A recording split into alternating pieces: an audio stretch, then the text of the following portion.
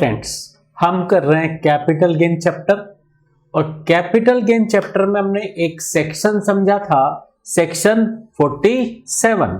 Section 47 क्या था? Transfer excludes. ठीक है, तो ट्रांसफर एक्सक्लूड्स में हमने क्या समझा?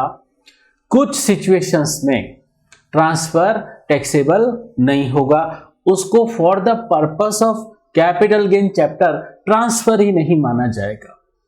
ठीक है, वो ट्रांसफर तो है लेकिन for the purpose of capital gain chapter उसे ट्रांसफर नहीं माना जाएगा और कैपिटल गेन टैक्स नहीं लगेगा। क्लियर?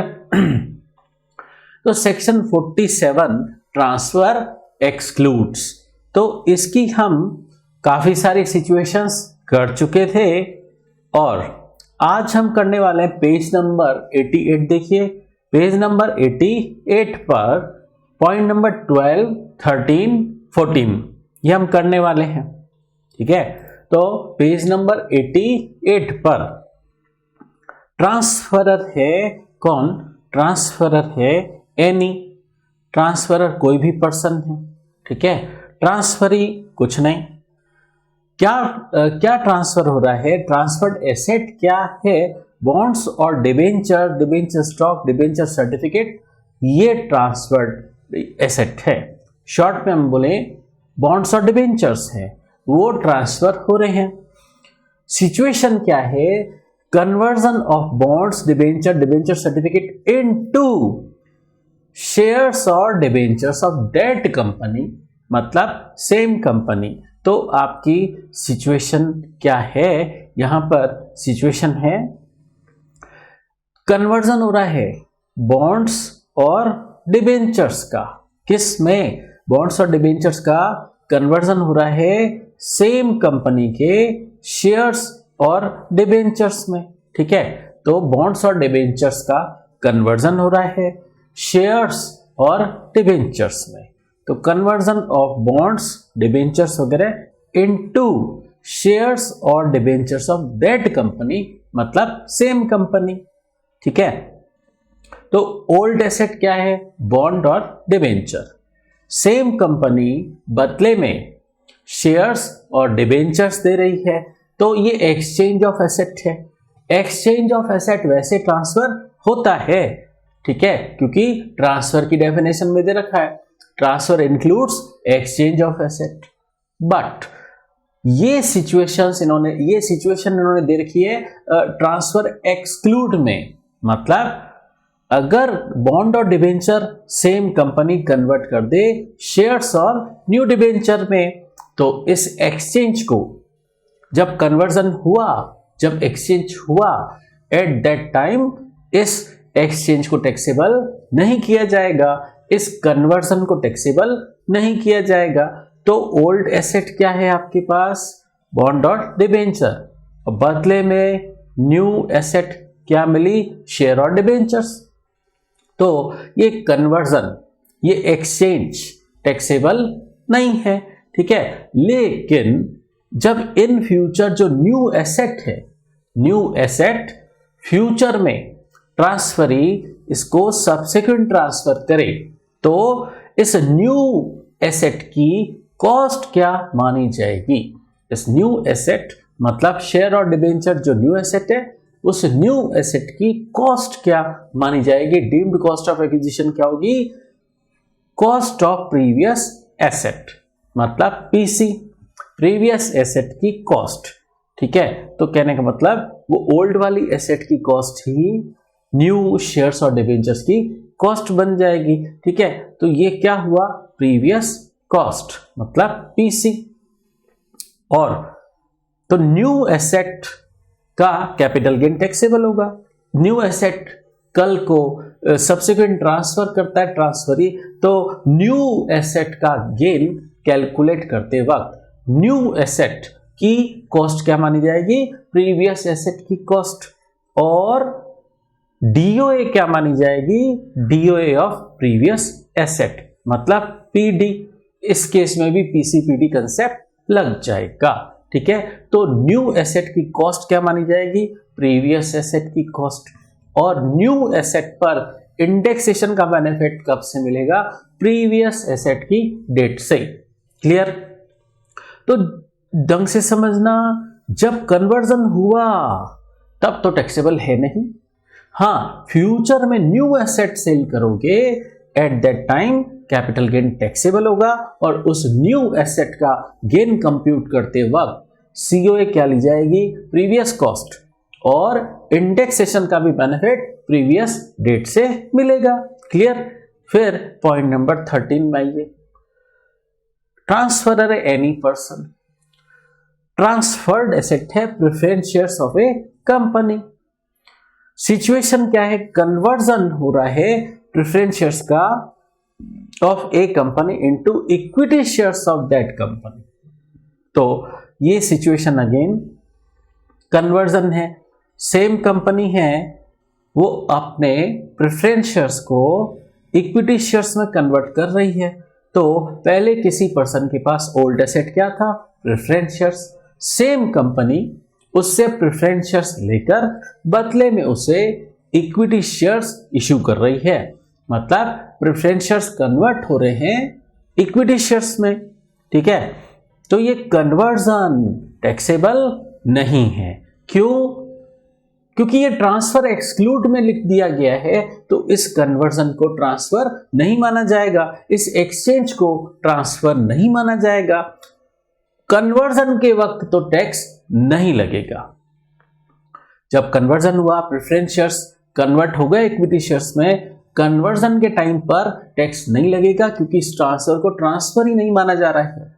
लेकिन इन फ्यूचर वो पर्सन ये न्यू एसेट जो है इक्विटी शेयर, ये न्यू एसेट है, इन फ्यूचर अगर इसका सब्सिक्वेंट ट्रांसफर किया गया, ये न्यू एसेट सेल की गई, तो इशू अराइज होता है इसकी कॉस्ट क्या?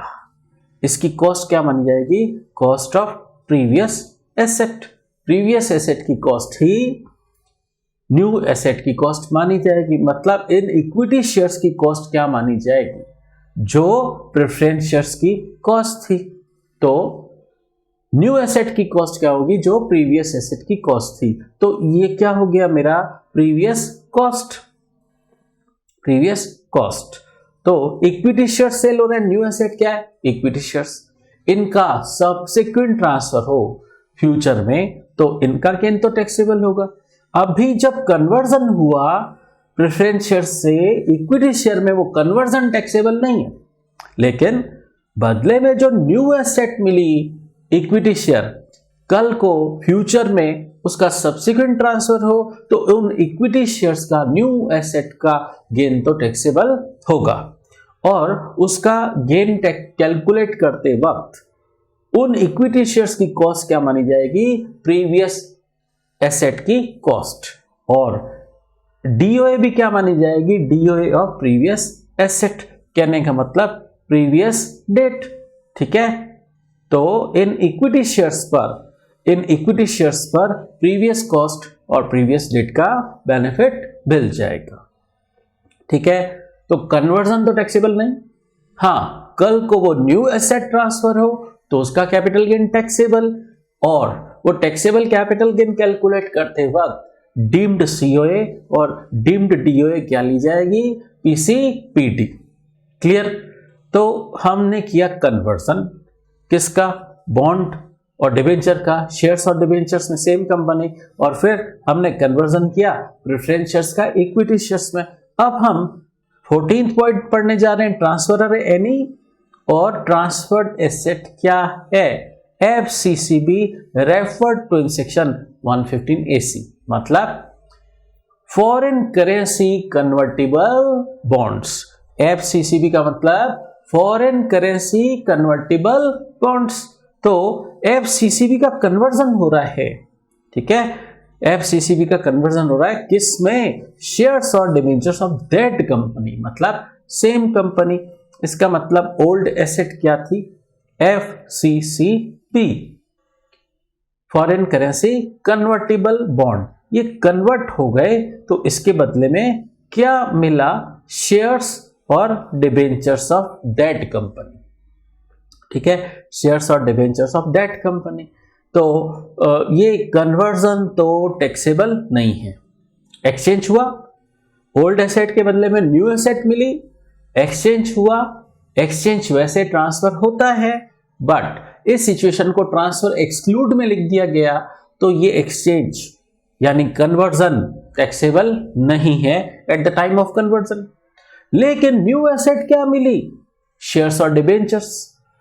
वो न्यू एसेट फ्यूचर में सेल होगी, उसका सब्सिक्वेंट ट्रांसफर होगा, तो कैपिटल गेन टैक्सेबल होगा। और उसके लिए भी हम क्या कर सकते हैं, न्यू एसेट की कॉस्ट क्या होगी? इस न्यू एसेट शेयर और डिबेंचर की कॉस्ट क्या होगी? कॉस्ट ऑफ प्रीवियस एसेट, मतलब प्रीवियस कॉस्ट। बट इस केस में प्रीवियस डेट का बेनिफिट नहीं दिया गया है। ठीक है, तो इंडेक्सेशन का बेनिफिट कब से मिलेगा न्यू एसेट पर? कन्वर्जन डेट से, प्रीवियस डेट से नहीं, क्योंकि इस केस में प्रीवियस डेट का एडवांटेज नहीं दिया गया, यहां पर प्रीवियस डेट नहीं लिखा गवर्नमेंट ने। तो इंडेक्सेशन का बेनिफिट कब से मिलेगा न्यू एसेट पर? कन्वर्जन डेट से। क्लियर? तो हमने 3 टाइप के कन्वर्जन पढ़े। Eight the time of conversion कुछ टैक्सेबल नहीं, क्योंकि उसे ट्रांसफर ही नहीं माना गया है। लेकिन जब न्यू एसेट का सब्सिक्वेंट ट्रांसफर होगा तब तो कैपिटल गेन टैक्सेबल होगा। ठीक है, और पहले यहां पॉइंट नंबर 12 और 13 में पीसीपीटी वाला कंसेप्ट है, लेकिन पॉइंट नंबर 14 में सिर्फ प्रीवियस कॉस्ट लेने दी जाएगी, प्रीवियस डेट का एडवांटेज नहीं मिलेगा। बात समझ जाए? तो हमने ये 3 टाइप के कन्वर्जन पढ़े। क्लियर? अब ये पढ़ने के बाद अब आते हैं हम मेन अपने और प्रोविजंस की बात करते हैं। देखिए, और प्रोविजंस की बात करते हैं, और भी प्रोविजंस की बात हम करते हैं। तो आ जाइए, शेयर्स और यूनिट्स पर आज हम डिटेल में डिस्कशन करते हैं। अपना आज का सारा लेक्चर शेयर और डिबेंचर्स पर ही है। ठीक है, तो शेयर्स और डिबेंचर्स या यूनिट्स वगैरह पर गेन कैसे कैलकुलेट होगा, आज इसी मुद्दे पर बात करेंगे। तो ये है आपके capital gain in case of shares और यूनिट्स। तो ये आपको पेज नंबर 101 पर दे रखा है। तो देखिए, पेज नंबर 101, पेज नंबर 101 पर हम पढ़ रहे हैं शेयर्स और यूनिट्स पर कैपिटल गेन कैसे कैलकुलेट होगा। शेयर्स और यूनिट्स पर कैपिटल गेन कैसे कैलकुलेट होगा, उसका क्या सिस्टम होगा, उसके बारे में डिटेल में बात करते हैं। देखिए, शेयर्स और यूनिट्स पर कैपिटल गेन कैलकुलेट करने का कोई नया सिस्टम तो है नहीं। वही नॉर्मल प्रोसीजर लगेगा कि पहले सेल कंसीडरेशन लिख दो, फिर COA, COI, COT लेस कर दो, और अगर ये लॉन्ग टर्म हो तो COA और COI का इंडेक्सेशन भी कर दो। नॉर्मल प्रोसीजर है, कोई नई बात नहीं है।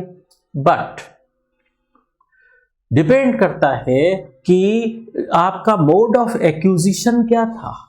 वो शेयर्स और यूनिट्स का आपका मोड ऑफ एक्विजिशन क्या था, उस पर डिपेंड करेगा कि उनकी DOA क्या मानी जाए और उनकी COA क्या मानी जाए। उनकी DOA क्या मानी जाए या उनकी COA क्या मानी जाए।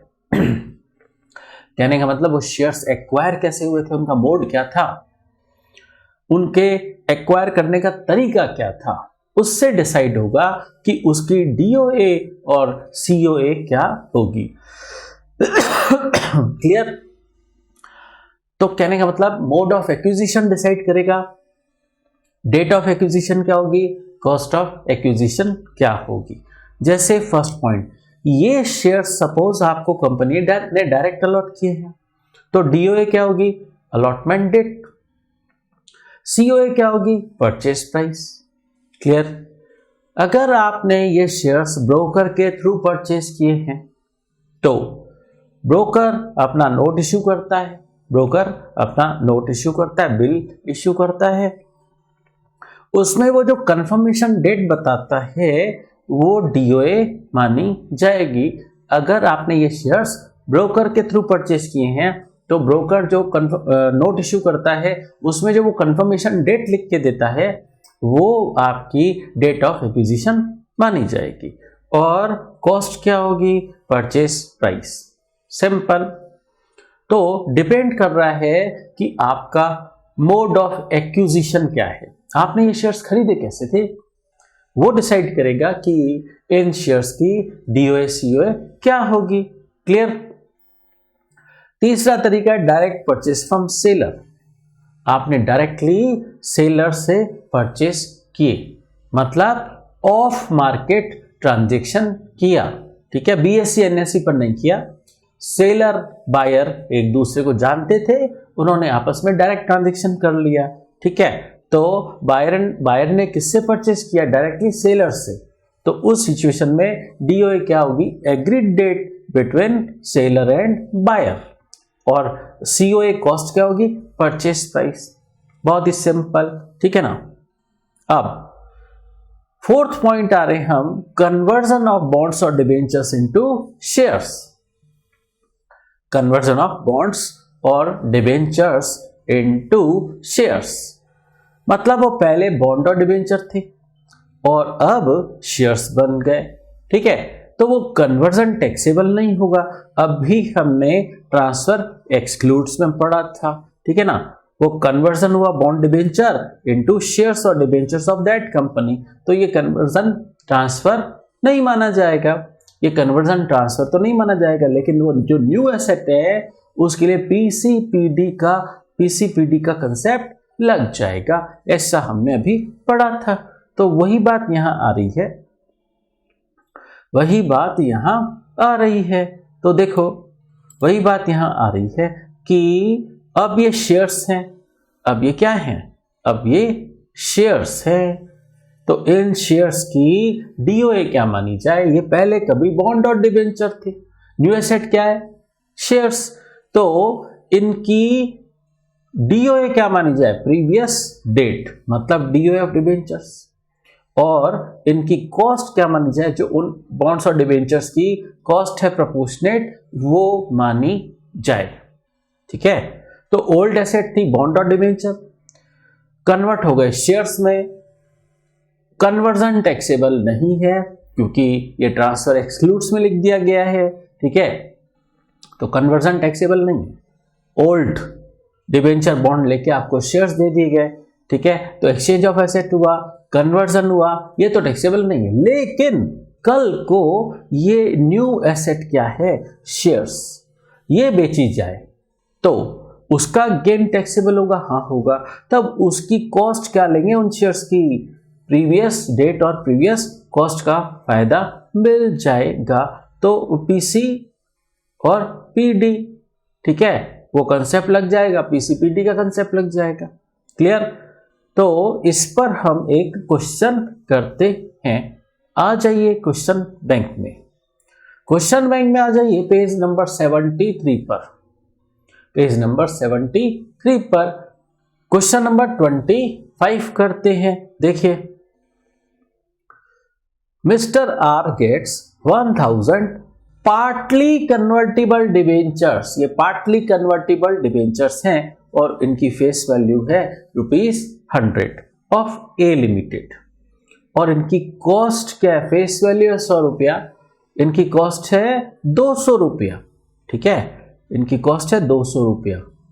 इसका मतलब 100 रुपया फेस वैल्यू और 100 रुपया प्रीमियम, राइट?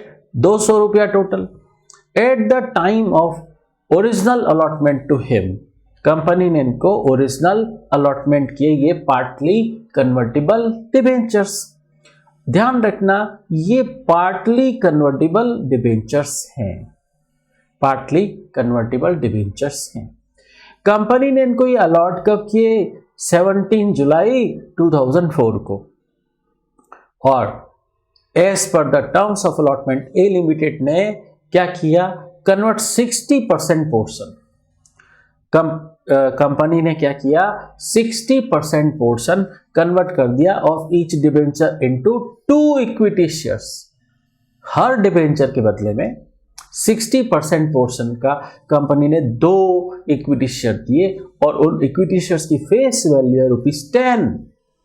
और ये कंपनी ने कन्वर्सन कब किया? ये पार्टली कन्वर्टेबल डिबेंचर्स कन्वर्ट कब हुए? 60% पोर्शन ही हुआ। कब हुआ? जुलाई 1 2013 को। ये कन्वर्जन डेट, ये है कन्वर्जन डेट, ठीक है।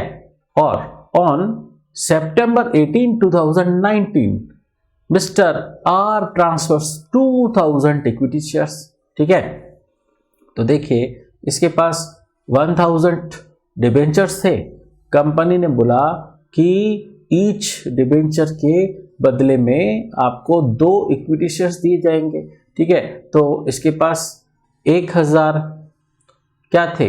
डिबेंचर्स, और उसके बदले में कंपनी इसको 2000 क्या दे रही है? इक्विटी शेयर्स, ठीक है। फेस वैल्यू 10 रुपया, वो अलग बात है। फिर इसके पास 2000 इक्विटी शेयर्स हो गए ना, ये बेच रहा है 790 रुपए पर, 790 रुपए पर बेच रहा है। एंड 1000 नॉन कन्वर्टेबल पोर्शन, जो नॉन कन्वर्टेबल पोर्शन है वो कितना? 40% है, क्योंकि कन्वर्ट तो सिर्फ 60% पोर्शन ही हुआ है, तो 40% तो अभी भी नॉन कन्वर्टेबल पोर्शन है, वो अभी भी इसके पास है। और इसने बेच दिया 280 पर डिबेंचर। आपको कैपिटल गेन कंप्यूट करना है, एज्यूम करना है shares are transferred outside stock exchange. ये shares stock exchange BSE NSE पर ट्रेडिंग नहीं हुई है। क्लियर? ये बेचे नहीं गए हैं BSE NSE पर, ऐसा एज्यूम करना है।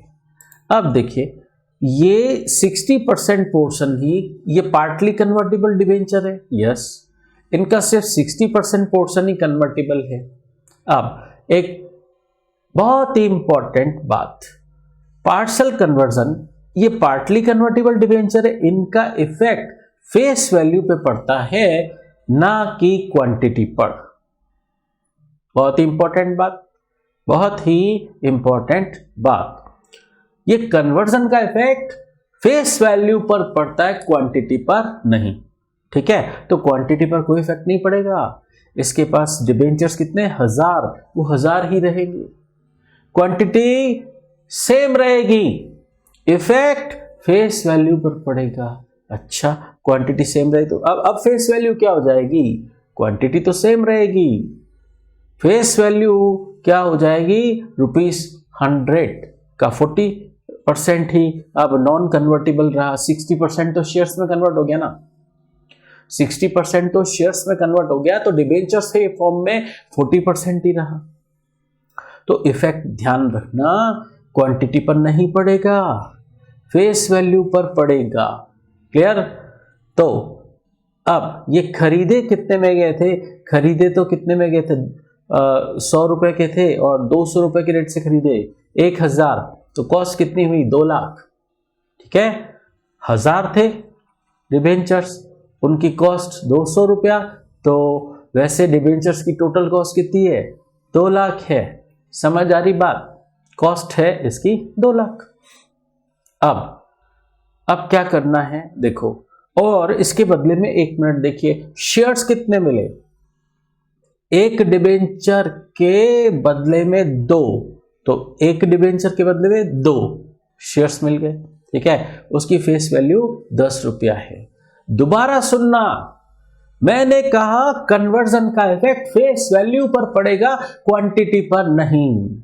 डिबेंचर्स की क्वांटिटी पहले भी 1000 थी और आफ्टर कन्वर्जन भी 1000 रहेगी। कन्वर्जन का इफेक्ट फेस वैल्यू पर पड़ता है, ना कि क्वांटिटी पर। बात समझ आ रही है? ठीक है। तो अब इनकी कॉस्ट क्या?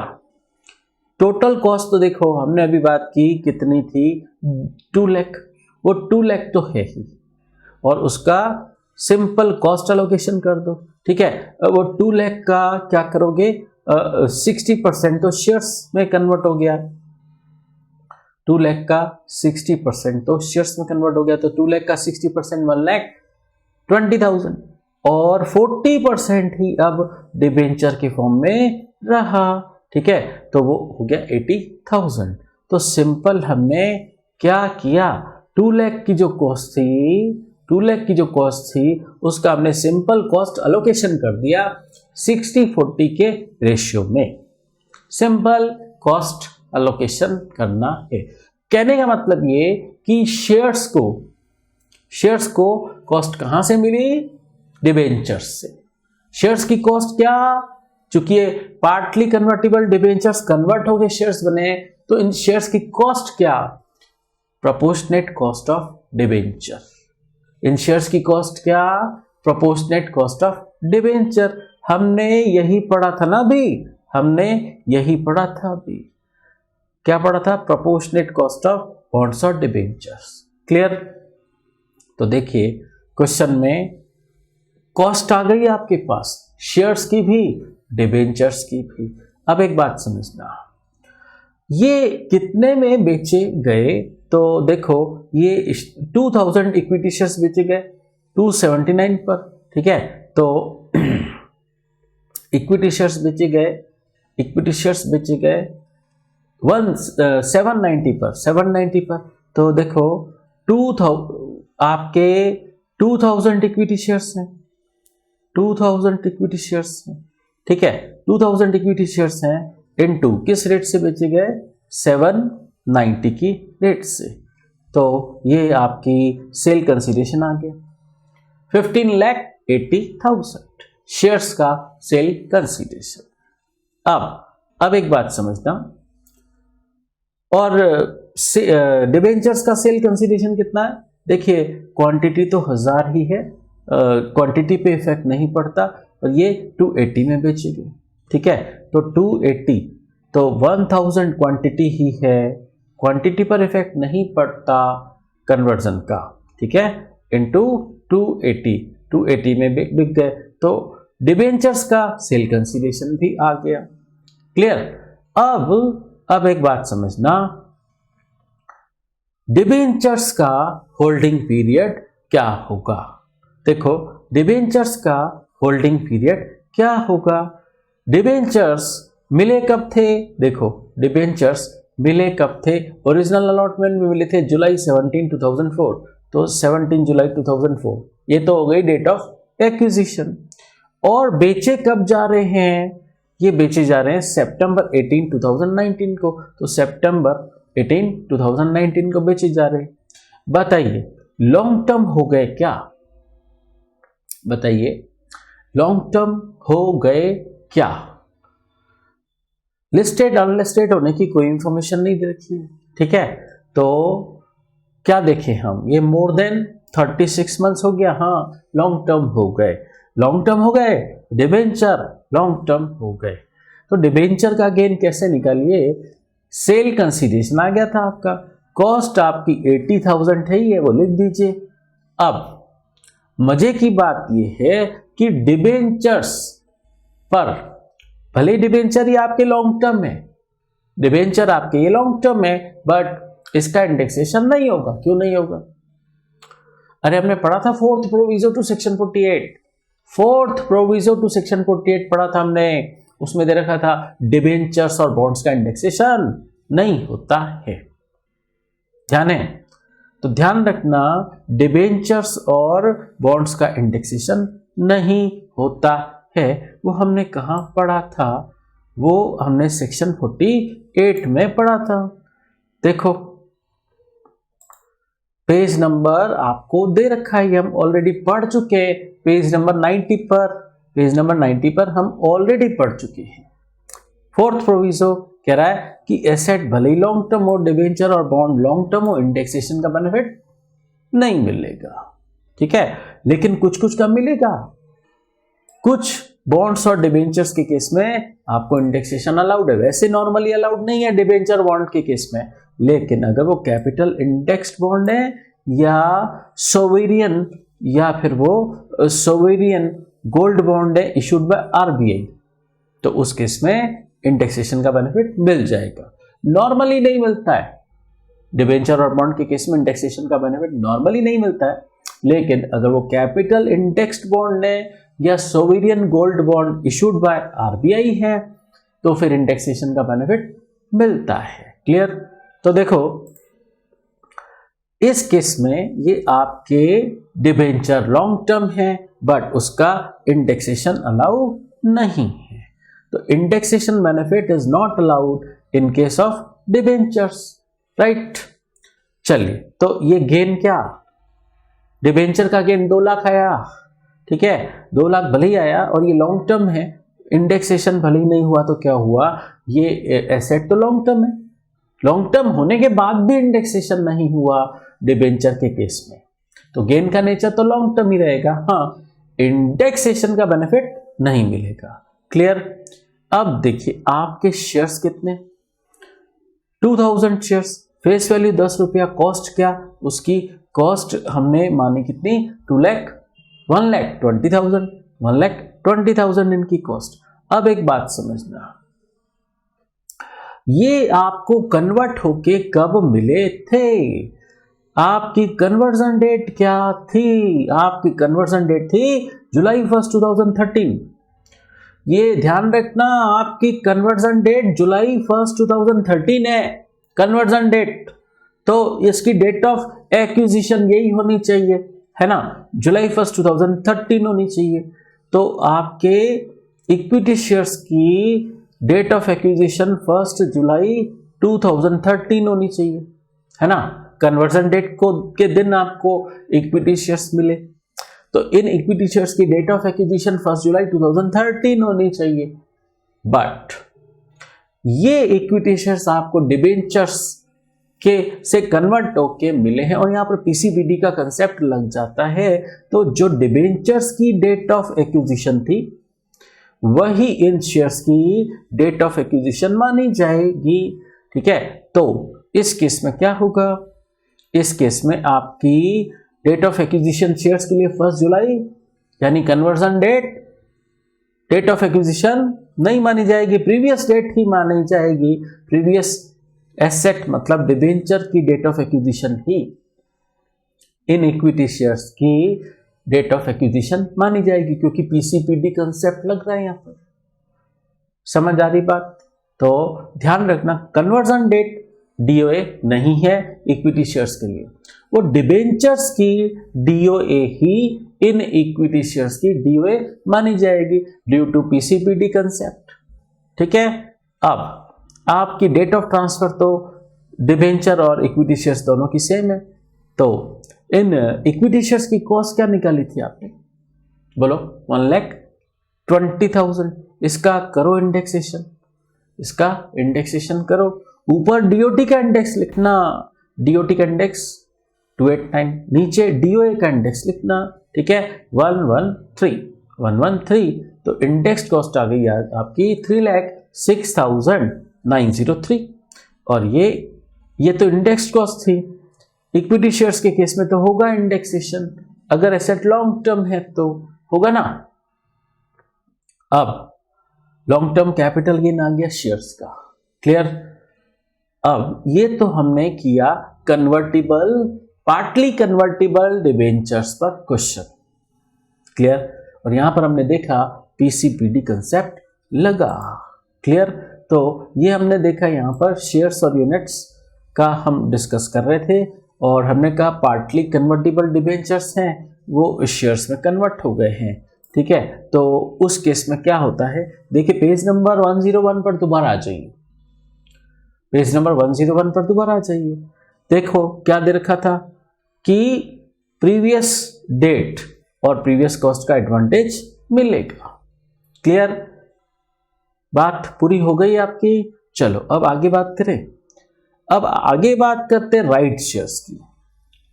आप किसी कंपनी में एग्जिस्टिंग शेयर होल्डर हैं, कंपनी अपने एग्जिस्टिंग शेयर होल्डर्स को राइट शेयर्स का ऑप्शन देती है, कंसेशनल रेट पर कोई भी एग्जिस्टिंग शेयर होल्डर कंपनी से राइट शेयर्स खरीद सकता है, ठीक है। तो डीओए क्या होगी, अलॉटमेंट डेट, और सीओए क्या होगी, amount paid to the company, company को जो अमाउंट पे किया गया प्लस जो राइट अनाउंसर को पे किया गया, क्लियर।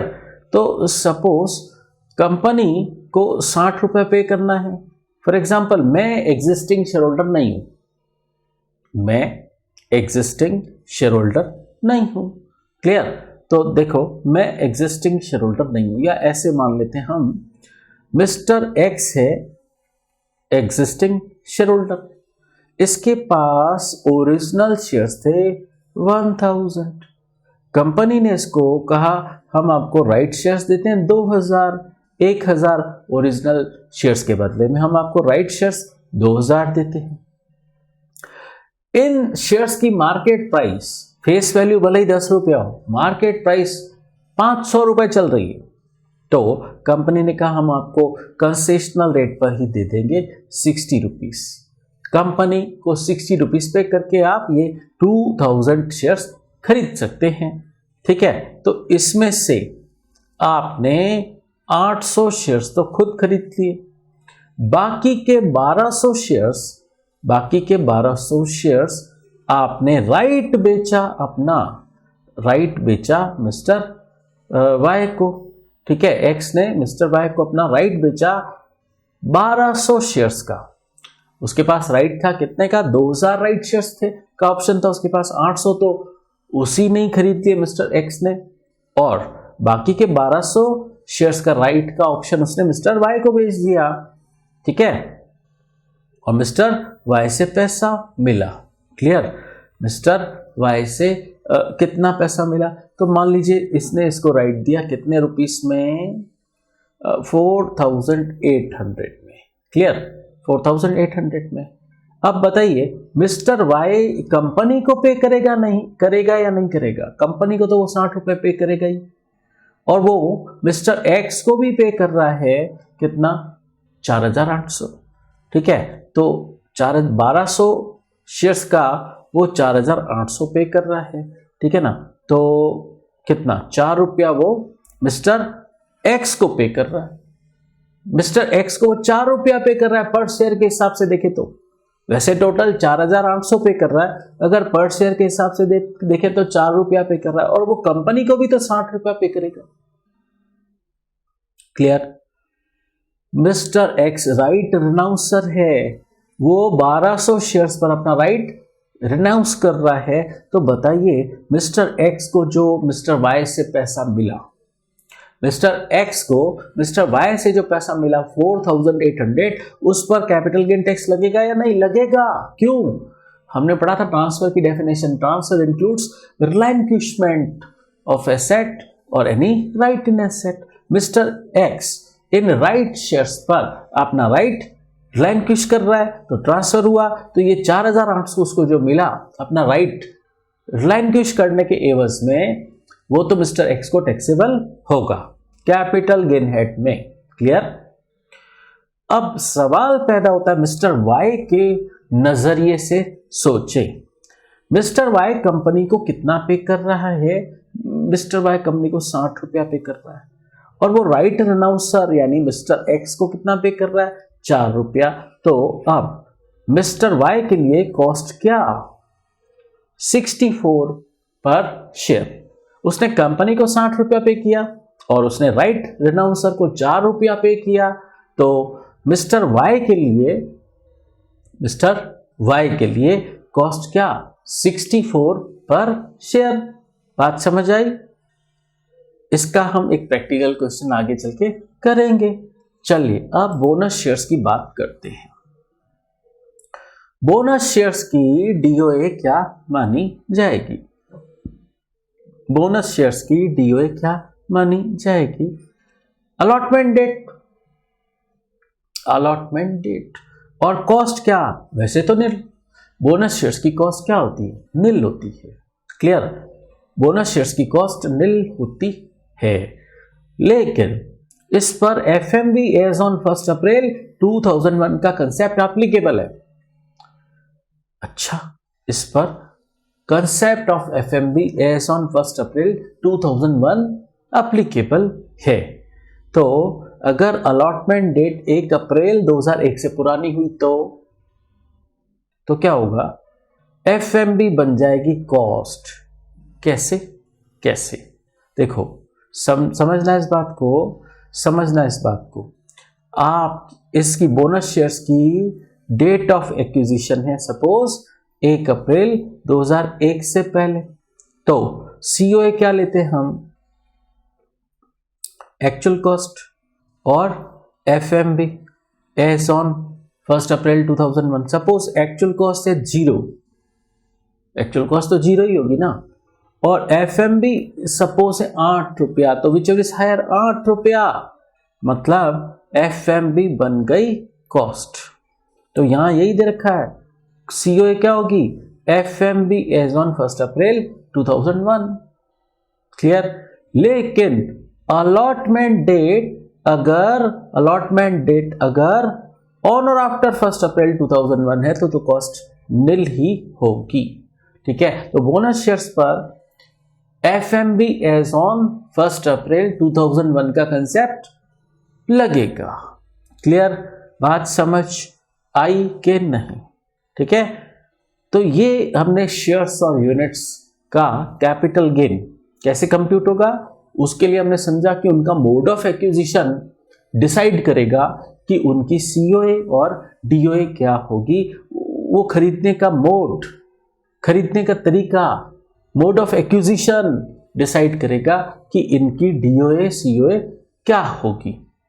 इसके भी हम प्रैक्टिकल क्वेश्चंस करेंगे। ठीक है, लेकिन पहले हम टैक्स ट्रीटमेंट समझ लेते हैं। देखिए पेज नंबर 102 पर, पेज नंबर 102 पर आ जाइए। टैक्स ट्रीटमेंट समझते हैं हम। एक गवर्नमेंट ने बेनिफिट दे रखा है, उसके बारे में डिस्कस करते हैं। अगर देखिए टैक्स ट्रीटमेंट में एक स्पेशल बात दे रखी है, अगर आपकी ट्रांसफर्ड एसेट इन तीन में से कोई है, equity shares of a company, units of equity oriented fund और यूनिट्स ऑफ बिजनेस ट्रस्ट। ठीक है, तो या तो वो equity shares of a company है, या वो इक्विटी ओरिएंटेड फंड की यूनिट्स हैं, या बिजनेस ट्रस्ट की यूनिट्स है। सिर्फ ये तीन चीजें, सिर्फ तीन चीजें, और दो कंडीशन और सेटिस्फाइड हो, दो कंडीशन सेटिस्फाइड हो। क्या? ये जो सेल ट्रांजैक्शन है वो हुआ रिकॉग्नाइज्ड स्टॉक एक्सचेंज पर, ठीक है, और उस पर STT लगा। STT क्या? Sale transaction recognised stock exchange यानी BSE NSE पर हुआ, ऑनलाइन ट्रेडिंग हुई, और ऑनलाइन ट्रेडिंग पे टैक्स कौन सा लगता है? Securities transaction tax, STT।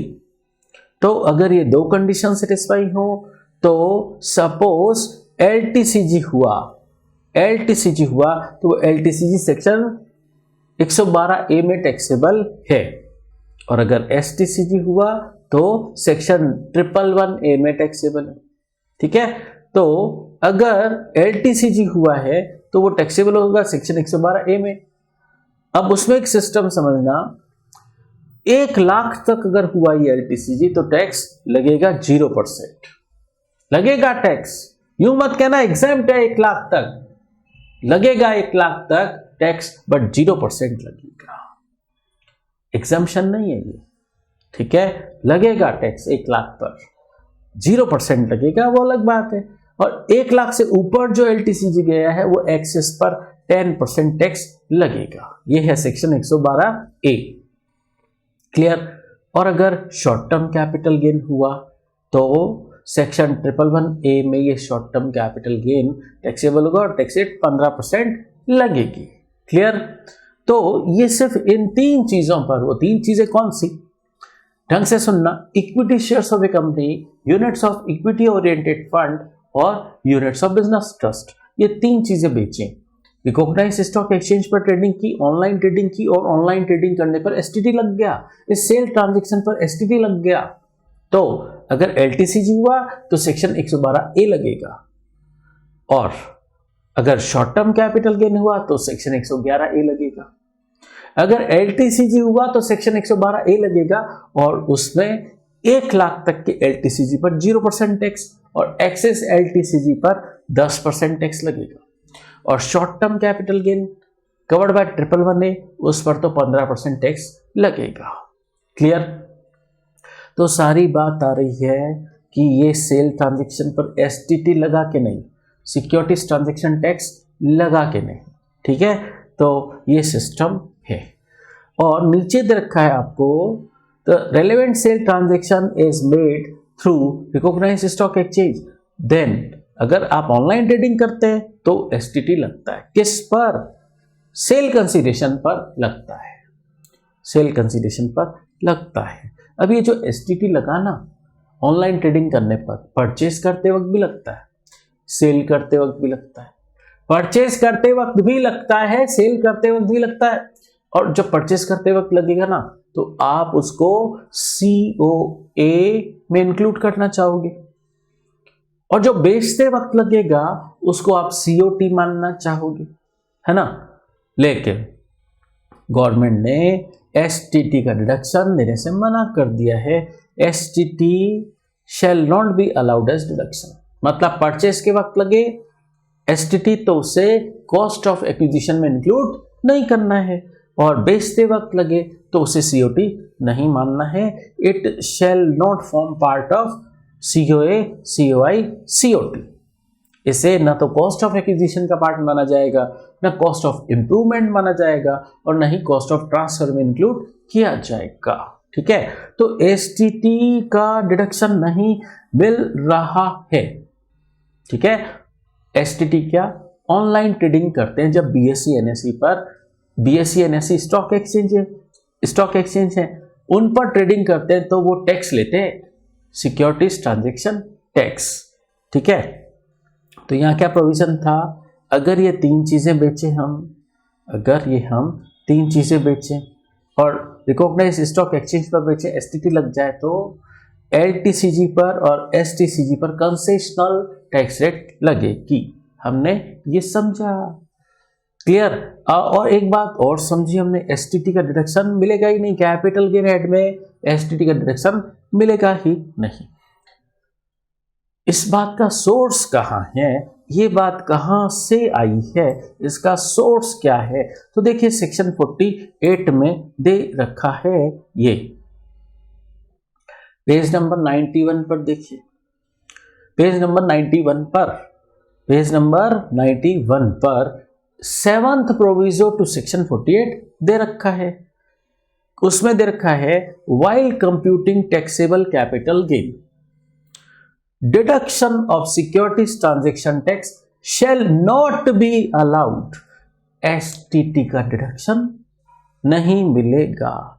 Even such STT shall not form part of COA, COI और COT। और यह है आपका 7th प्रोविजो, सेक्शन 48 का 7th प्रोविजो। ठीक है, कि ये एक्सपेंडिचर हुआ तो है, बस इसे कॉस्ट नहीं माना जाएगा।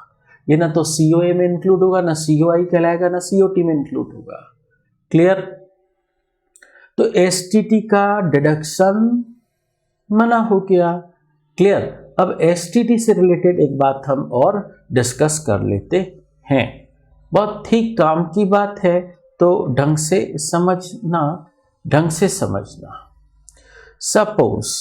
सपोज ये शेयर्स जो हैं, ये शेयर्स आपके लिए सपोज हैं कैपिटल एसेट। ठीक है, ये शेयर्स आपके लिए कैपिटल एसेट है, फर्स्ट पॉइंट। सेकंड, ये आपके लिए स्टॉक एंड ट्रेड है। स्टॉक एंड ट्रेड कैसे होते हैं शेयर्स? अरे जो शेयर्स में डीलर होते हैं ना, जो इंट्रा डे ट्रेडिंग करते हैं, रोज खरीदते रोज बेचते हैं, वो उनके लिए ये शेयर्स क्या होते हैं? Stock and trade. वो शेयर्स के डीलर है। क्लियर। और जो इन्वेस्टर होता है ना, जो इन्वेस्टर होता है उसके लिए शेयर्स कैपिटल एसेट होती है। तो कैपिटल एसेट किसके लिए होती है? इन्वेस्टर के लिए, जो उन शेयर्स को अपना इन्वेस्टमेंट ट्रीट करता है। और जो उन शेयर्स को स्टॉक मानता है, कौन मानता है? जो डीलर होता है, उसके लिए वो शेयर्स स्टॉक होते। ठीक है।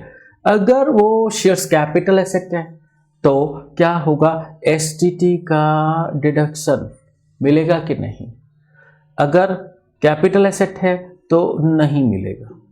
और अगर, बहुत ही इंपॉर्टेंट बात, अगर वो डीलर है शेयर्स का तो उसे STT का डिडक्शन मिल जाएगा।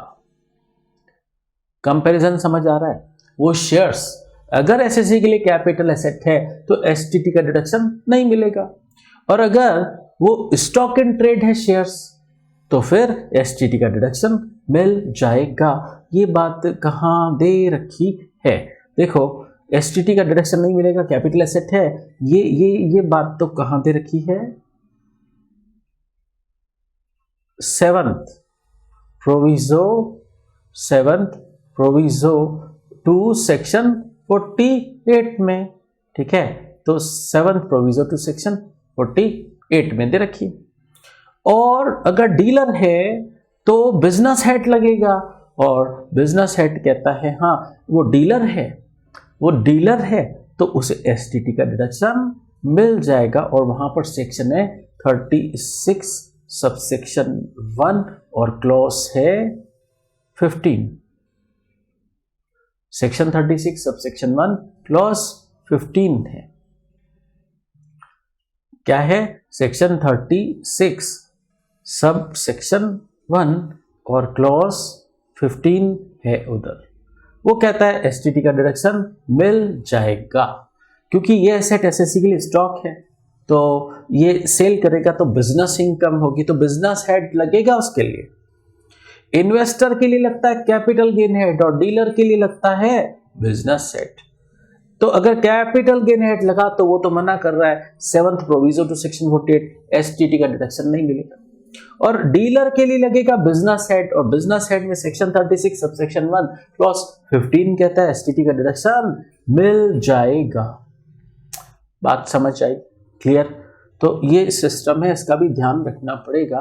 कैपिटल गेन हेड लग रहा है तो एसटीटी का डिडक्शन नहीं, और अगर बिजनेस हेड लगा तो एसटीटी का डिडक्शन मिल जाएगा।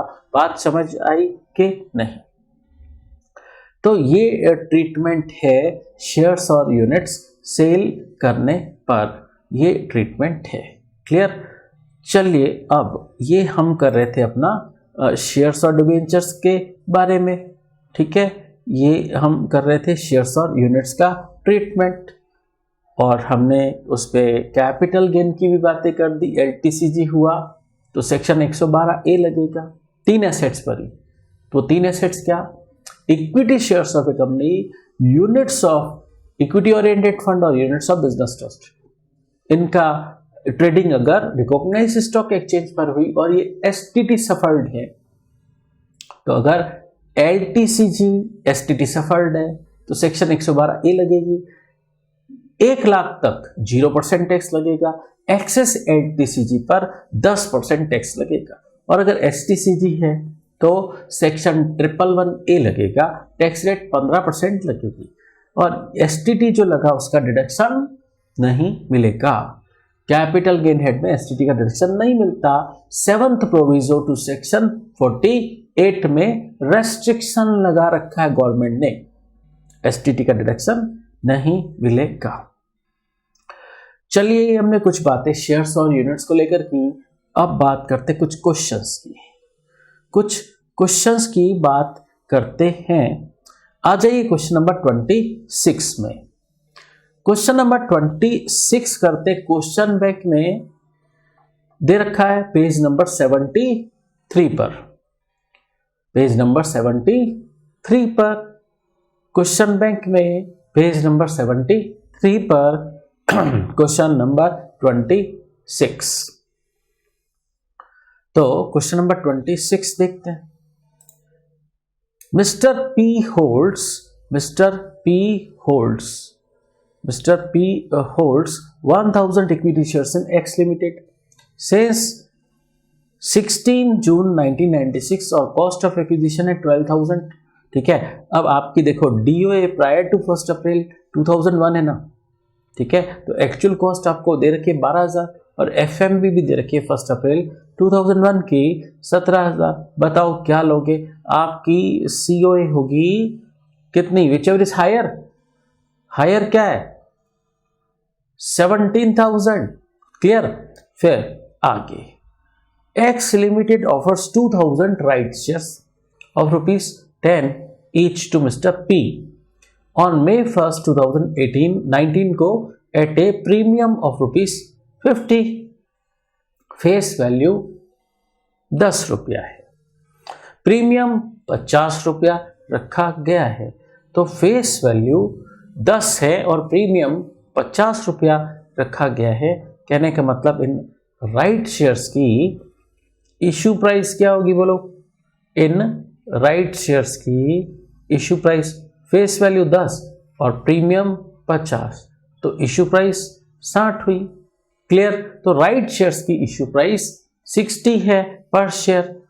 अब तो कंपनी ने तो उसको 2000 राइट शेयर्स का ऑप्शन दिया। Mister P subscribe for 800 right shares. उसने 15 जून 2019 को 800 राइट शेयर्स खरीद लिए।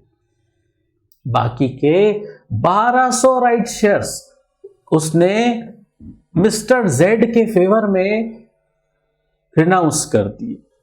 ट्रांसफरिंग द राइट एंटाइटलमेंट, अपना राइट बेच दिया, अपना राइट रिलाइंक्विश कर दिया। और रिलाइंक्विशमेंट ऑफ एसेट और any right in asset transfer कहलाता है। और बदले में इसको मिला कितना? 6000।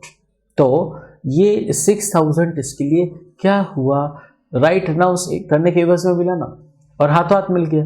तो ये है शॉर्ट टर्म कैपिटल गेन। ठीक है, तो ये 6000 हुआ इसका शॉर्ट टर्म कैपिटल गेन। ठीक है, राइट शेयर्स अनाउंस करने के एवज में मिला। अब पूछ क्या रहे हैं आपसे? Point number A, compute capital gain if mister P says 1800 shares. देखिए इसके पास पहले से कितने थे? 1000 इक्विटी शेयर्स, फिर इसने 800 राइट शेयर्स और खरीदे, तो 1800 हो गए कि नहीं? हो गए। इसने बेचे कब? 11 मार्च 2020 को 162 की रेट से। एसटीटी एप्लीकेबल नहीं है क्योंकि transaction outside recognised stock exchange किया गया है। क्लियर? तो इसका गेन निकालना है।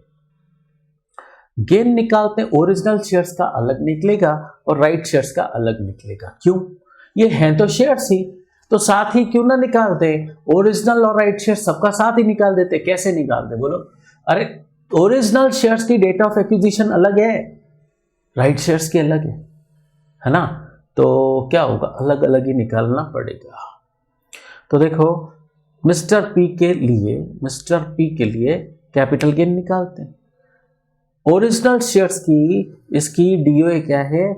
16 जून 1996 और डीओटी क्या है? 11 मार्च 2020। 162 की रेट से बेचे, 162 की रेट से बेचे, तो 1000 इंटू 162, क्वांटिटी 1000, रेट 162, तो 1,62,000 ये हो गया सेल कंसीडरेशन।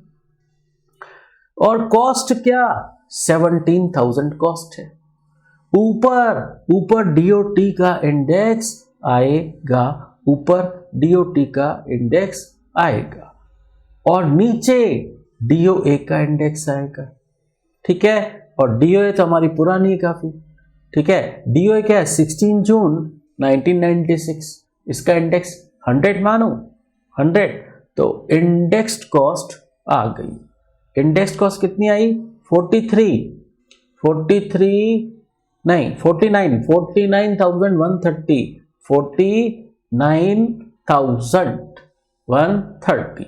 तो ये लॉन्ग टर्म कैपिटल गेन है। कितना आया?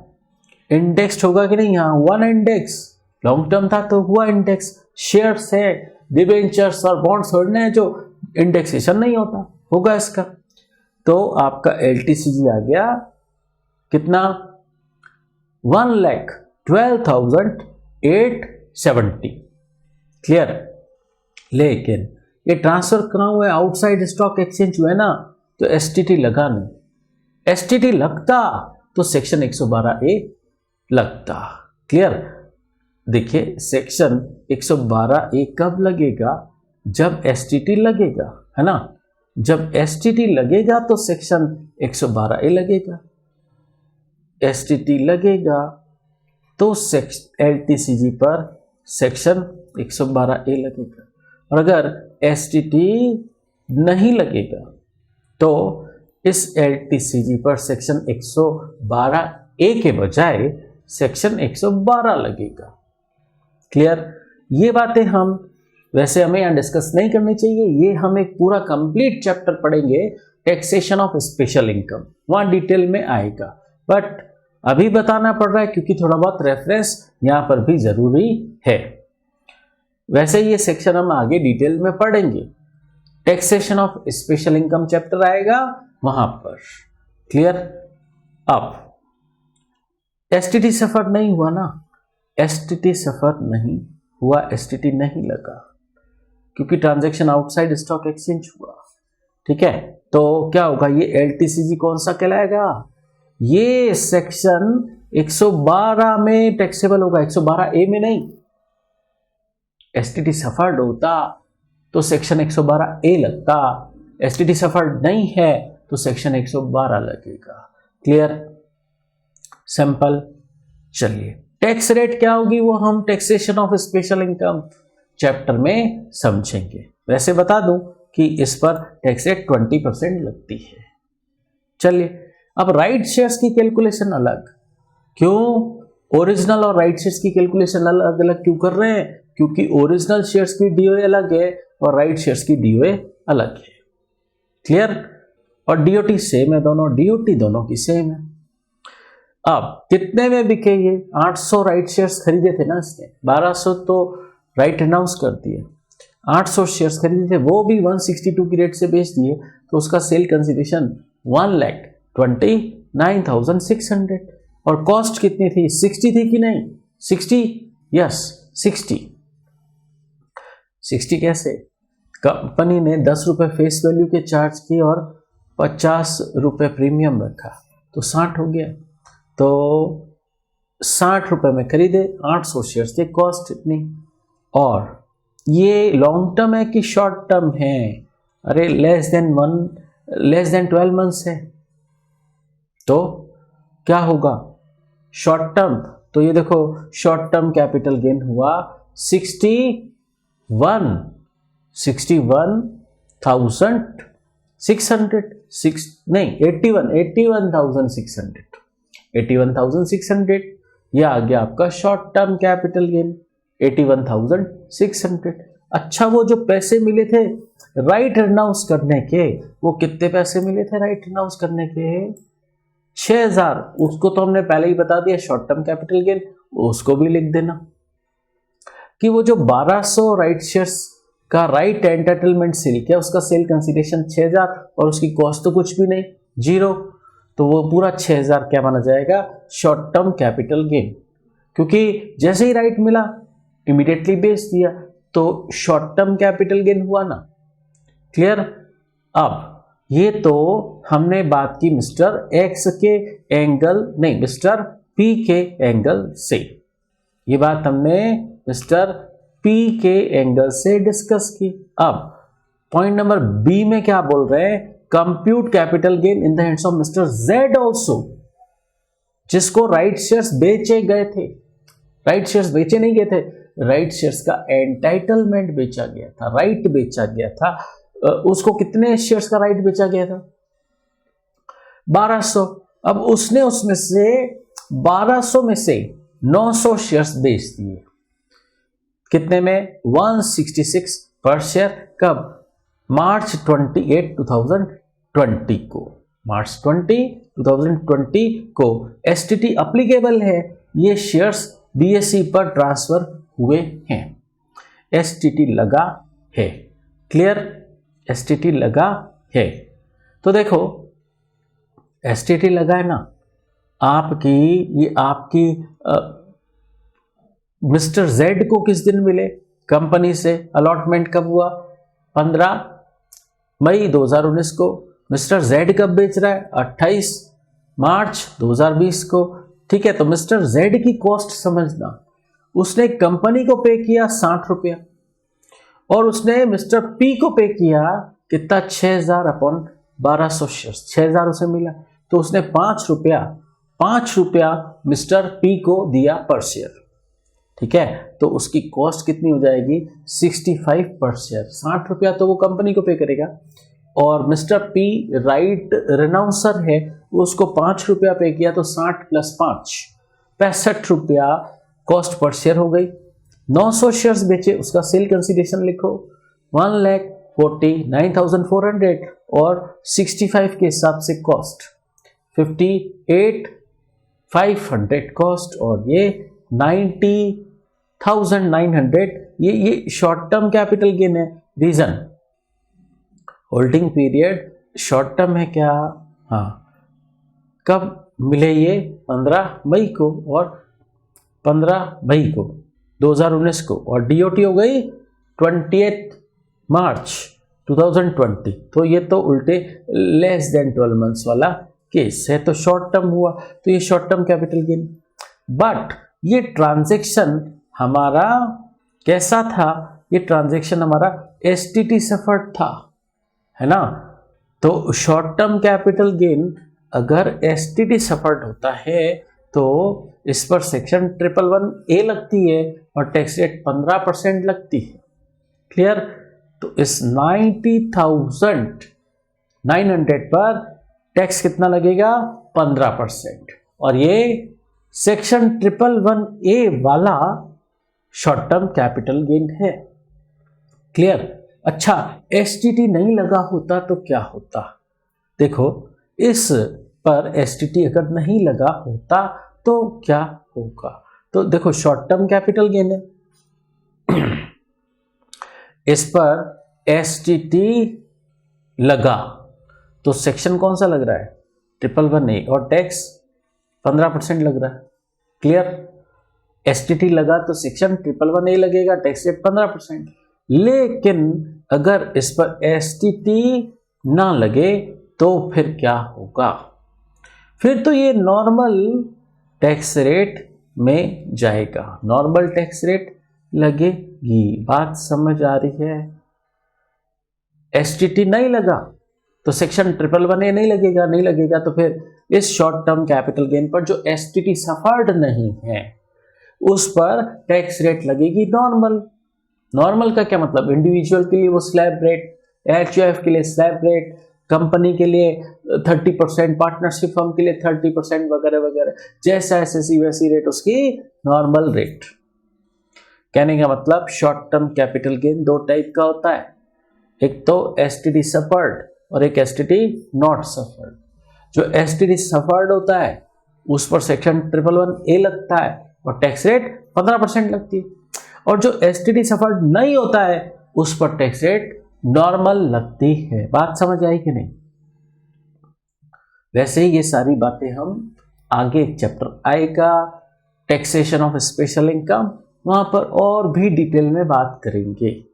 ठीक है, चलिए, तो ये हुआ हमारा क्या राइट शेयर्स का क्वेश्चन। क्लियर? चलिए, इसके बाद राइट शेयर्स, ये हमारा क्वेश्चन कौन सा था? Question number 26। अब इसके बाद हम एक और प्रोविजन करते हैं, एक और भी प्रोविजन करते हैं। तो देखिए, और भी प्रोविजन करते हैं, एक नॉन रेजिडेंट के बारे में भी कुछ समझते हैं आज। उनके लिए एक स्पेशल प्रोसीजर है, उस स्पेशल प्रोसीजर की बात कर लेते हैं। ढंग से समझना, वो आगे भी काम आता रहता है। देखिए, capital gain in case of non residents, capital gain in case of non residents, इनके लिए एक स्पेशल प्रोसीजर है, और ये है first proviso to section 48। Clear? ये है आपके पेज नंबर 102 पर। तो पेज नंबर 102 निकालना, पेज नंबर 102 निकालना, पेज नंबर 102 निकाला। इस पर कैपिटल गेन नॉन रेजिडेंट के लिए कैसे कैलकुलेट होगा? First proviso to section 48, special procedure की बात हो रही है। अगेन हम यहां और डिटेल में बात करेंगे। देखो, स्पेशल प्रोसीजर लगेगा, एसएससी नॉन रेजिडेंट है तो first proviso to section 48 special procedure लगेगा। उसकी क्या कंडीशंस हैं? स्पेशल प्रोसीजर लगेगा तो कैपिटल गेन कुछ स्पेशल तरीके से निकलेगा। ठीक है, तो वो स्पेशल प्रोसीजर लगेगा कब? जब कुछ कंडीशंस सेटिस्फाई हो। कंडीशन क्या? एसएससी नॉन रेजिडेंट है। किस दिन? डीओटी के दिन। वो डीओए के दिन, वो डीओए के दिन नॉन रेजिडेंट था कि नहीं, इस बात से कोई मतलब नहीं है। वो डीओटी के दिन नॉन रेजिडेंट होना चाहिए। क्लियर।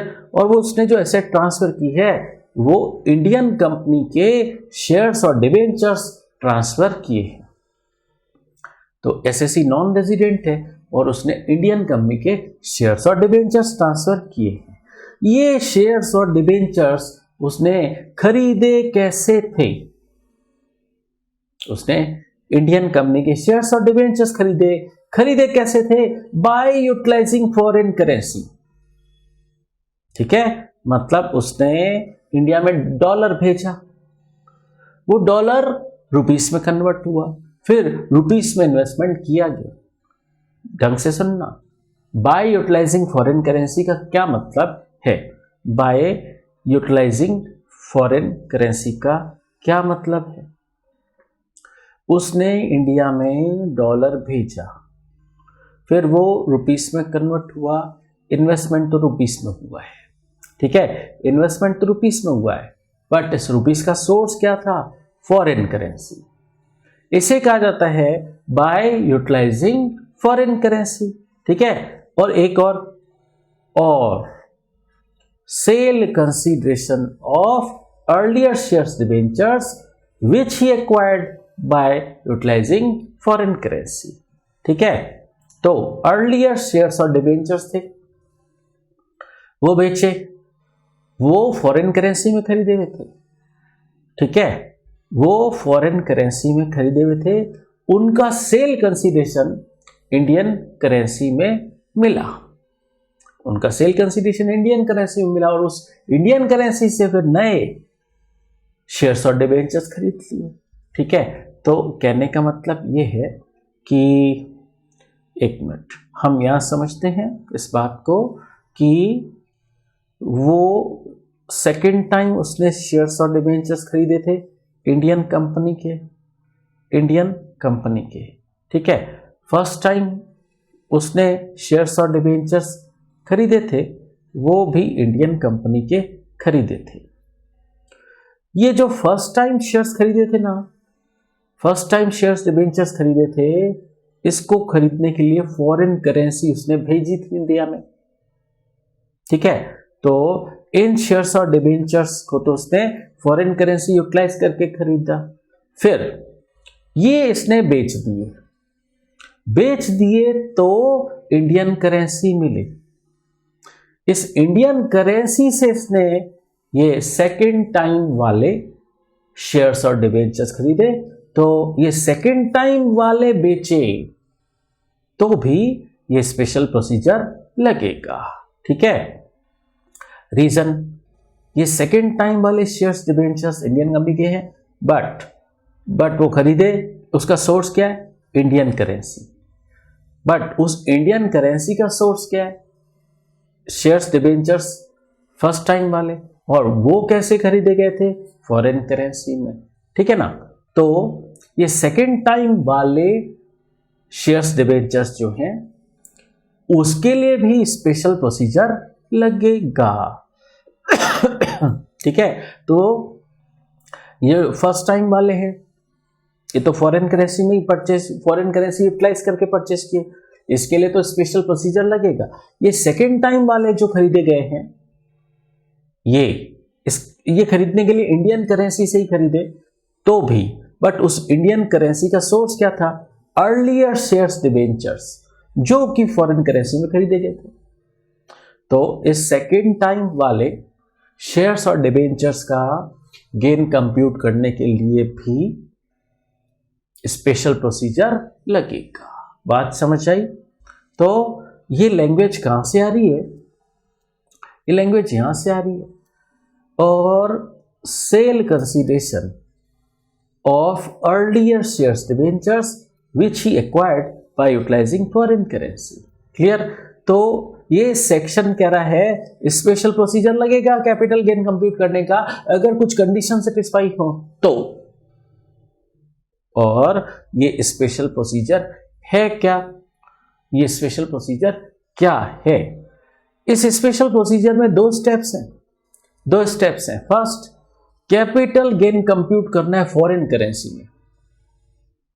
देखिए, उसने भेजी थी क्या, उसने भेजा था डॉलर और वो इंडिया में आया, रुपीस में कन्वर्ट हुआ और इन्वेस्टमेंट तो रुपीस में ही किया गया।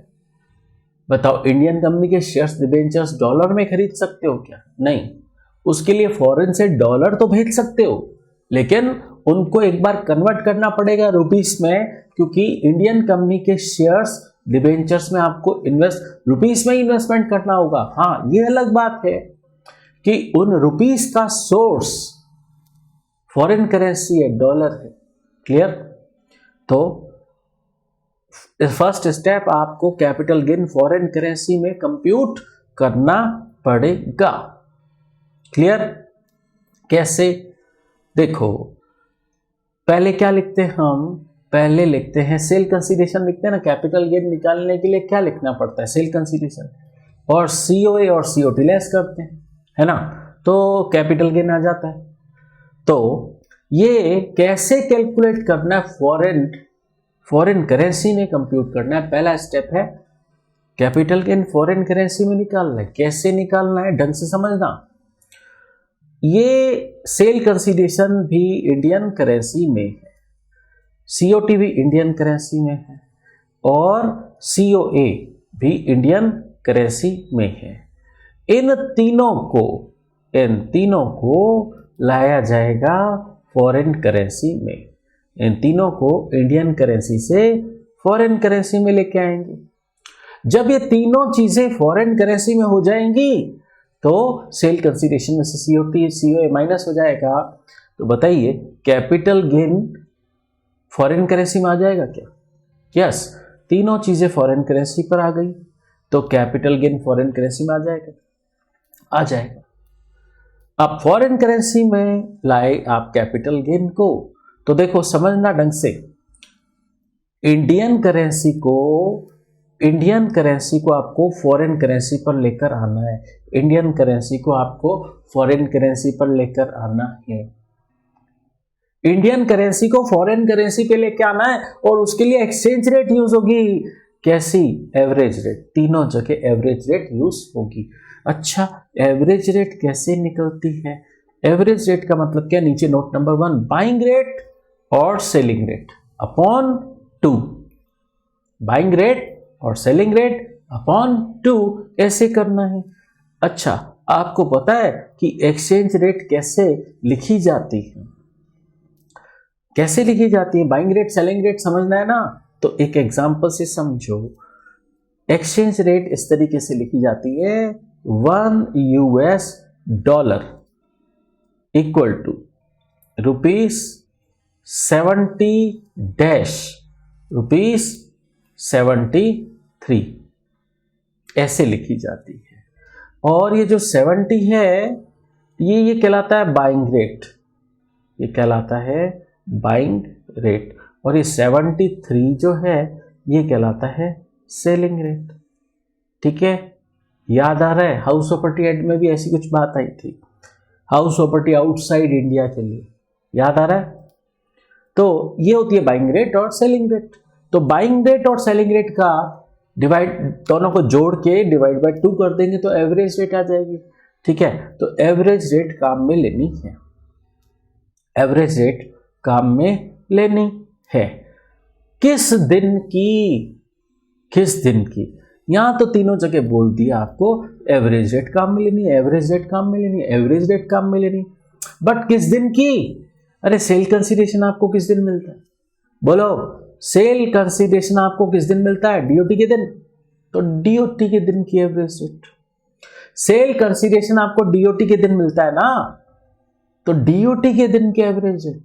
और सीओटी का खर्चा आप किस दिन करते हैं? डीओटी के दिन, तो ये एवरेज रेट भी डीओटी के दिन की।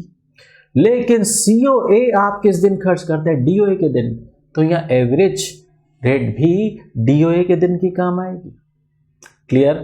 तो ढंग से समझना वापस। देखो, ये जो एवरेज रेट हैं वो किस दिन की काम आएंगी? सेल कंसीडरेशन के लिए एवरेज रेट डीओटी के दिन की काम आएगी, सीओटी के लिए एवरेज रेट डीओटी के दिन की काम आएगी, और सीओए के लिए एवरेज रेट काम आएगी डीओए के दिन की। क्लियर?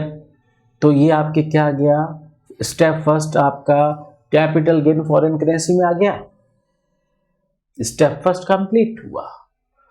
अब बात करते हैं ये जो कैपिटल गेन आया था फॉरेन करेंसी में आया था, कैपिटल गेन आया आपने फॉरेन करेंसी में निकाला ना स्टेप वन में, इसको दोबारा इंडियन करेंसी पर लेकर आ जाओ। आपने जो कैपिटल गेन कंप्यूट किया फॉरेन करेंसी में निकाला, इसको दोबारा इंडियन करेंसी पर लेकर आ जाओ स्टेप टू। कैसे लेकर आ जाओ, ये जो कैपिटल गेन आया ना इसको आप कन्वर्ट करो, ये अभी फॉरेन करेंसी में है, फॉरेन करेंसी में कंप्यूटेड कैपिटल गेन है, इसको इंडियन करेंसी में लाना है। कैसे लाएं? Buying rate on DOT, buying rate काम आएगी, एवरेज रेट नहीं यहां पर, बाइंग रेट काम आएगी, वो डीओटी के दिन की काम आएगी, उससे आप मल्टीप्लाई कर दे तो ये कैपिटल गेन जो फॉरेन करेंसी में आ रहा था, ये जो कैपिटल गेन फॉरेन करेंसी में आ रहा था वो इंडियन करेंसी में आ जाएगा।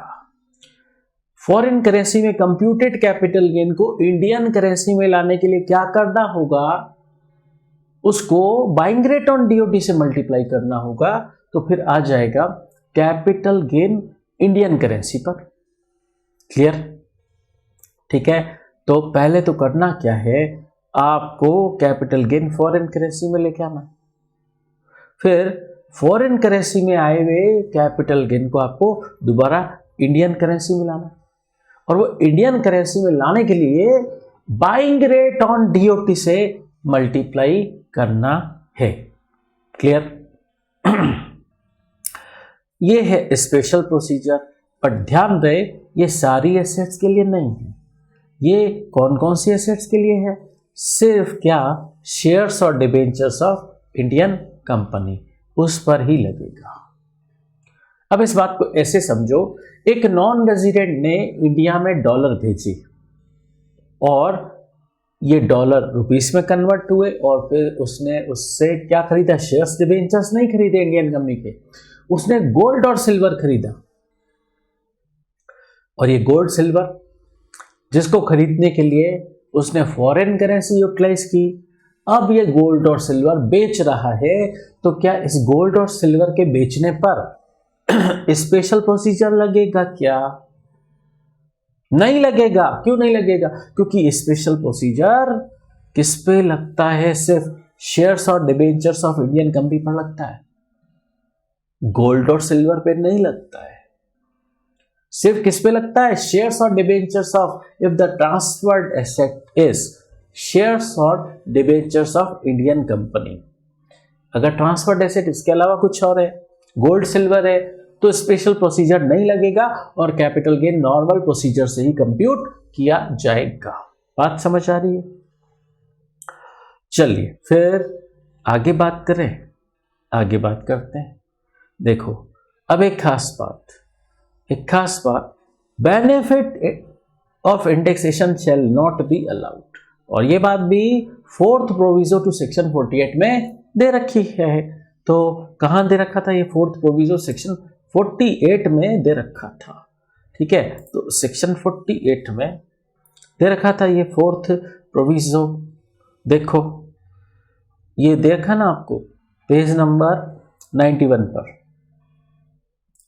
कि जब फर्स्ट प्रोविजो टू सेक्शन 48 लगे, मतलब कैपिटल गेन हो, shares debentures of Indian company जो उस नॉन रेजिडेंट ने खरीदे थे बाय यूटिलाइजिंग फॉरेन करेंसी, तो जब फर्स्ट प्रोविजो टू सेक्शन 48 लगे तो इंडेक्सेशन नहीं होगा, और वो इंडेक्सेशन नहीं होगा, वो वाली बात कहां दे रखी थी?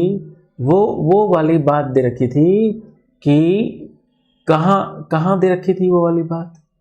ये देखो, ये दे रखी थी fourth proviso to section 48, asset भले लॉन्ग टर्म हो लेकिन इंडेक्सेशन अलाउ नहीं होगा। ठीक है, तो सोर्स यहां है कि इंडेक्सेशन क्यों नहीं होगा। अरे फोर्थ प्रोविजो टू सेक्शन 48 में मना कर रखा है कि जहां फर्स्ट प्रोविजो टू सेक्शन 48 लगे वहां इंडेक्सेशन नहीं होगा, तो नहीं करना इंडेक्सेशन। ठीक है, इस केस में इंडेक्सेशन नहीं होगा। क्लियर? तो वापस आ जाइए, ये आपका चल रहा था पेज नंबर 102, पेज नंबर 102 पर आ जाइए। पेज नंबर 102 पर यही बात तो बोली कि benefit of indexation shall not be allowed, indexation का बेनिफिट नहीं मिलेगा। क्लियर? अब गेन, ये सेक्शन अप्लीकेबल होगा भले ही गेन लॉन्ग टर्म है चाहे शॉर्ट टर्म है, होल्डिंग पीरियड के हिसाब से गेन चाहे लॉन्ग टर्म हो चाहे शॉर्ट टर्म हो, गेन कंप्यूट करने का तरीका तो यही रहेगा, चाहे ये इंडियन कंपनी के शेयर्स डिबेंचर्स लॉन्ग टर्म हो चाहे शॉर्ट टर्म हो, स्पेशल प्रोसीजर लग के रहेगा अगर कंडीशंस सेटिस्फाई हो रही है तो। और अगर कंडीशन सेटिस्फाई नहीं हो रही है तो कैपिटल गेन फिर नॉर्मल प्रोविजंस के हिसाब से कंप्यूट होगा, फिर स्पेशल प्रोसीजर नहीं लगेगा। जैसे अभी हमने बात की थी कि फॉरेन करेंसी यूटिलाइज करके उस नॉन रेजिडेंट ने गोल्ड और सिल्वर खरीदा, अब गोल्ड सिल्वर बेच रहा है तो स्पेशल प्रोसीजर नहीं लगेगा, नॉर्मल प्रोसीजर लगेगा। क्लियर? और ये सेक्शन एक और केस में एप्लीकेबल होगी जिसकी हम डिटेल में और बात करेंगे, rupee denominated bond issued by Indian company. ये नॉन रेजिडेंट अगर परचेस करे रुपी डिनोमिनेटेड बॉन्ड, अगर एक नॉन रेजिडेंट परचेस करे तो भी ये स्पेशल प्रोसीजर लगेगा। क्लियर? तो ये हमने देखा कि अगर आरडीबी है, rupee denominated bond issued by Indian company, non resident ने परचेस किया तो भी ये स्पेशल प्रोसीजर लगेगा। अब इसका एक प्रैक्टिकल क्वेश्चन करते हैं, ठीक है? इसका प्रैक्टिकल क्वेश्चन करते हैं।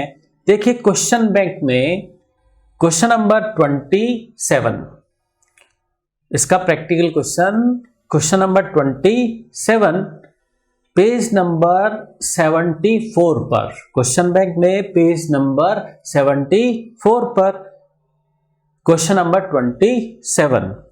तो देखें, mister R A non resident, mister R non resident है, मिस्टर आर नॉन रेजिडेंट हैं, उन्होंने रेमिट किया $13,000 टू इंडिया अगस्त 17, 2002 को, उन्होंने डॉलर इंडिया में भेजा, ठीक है, 17 अगस्त 2002 को।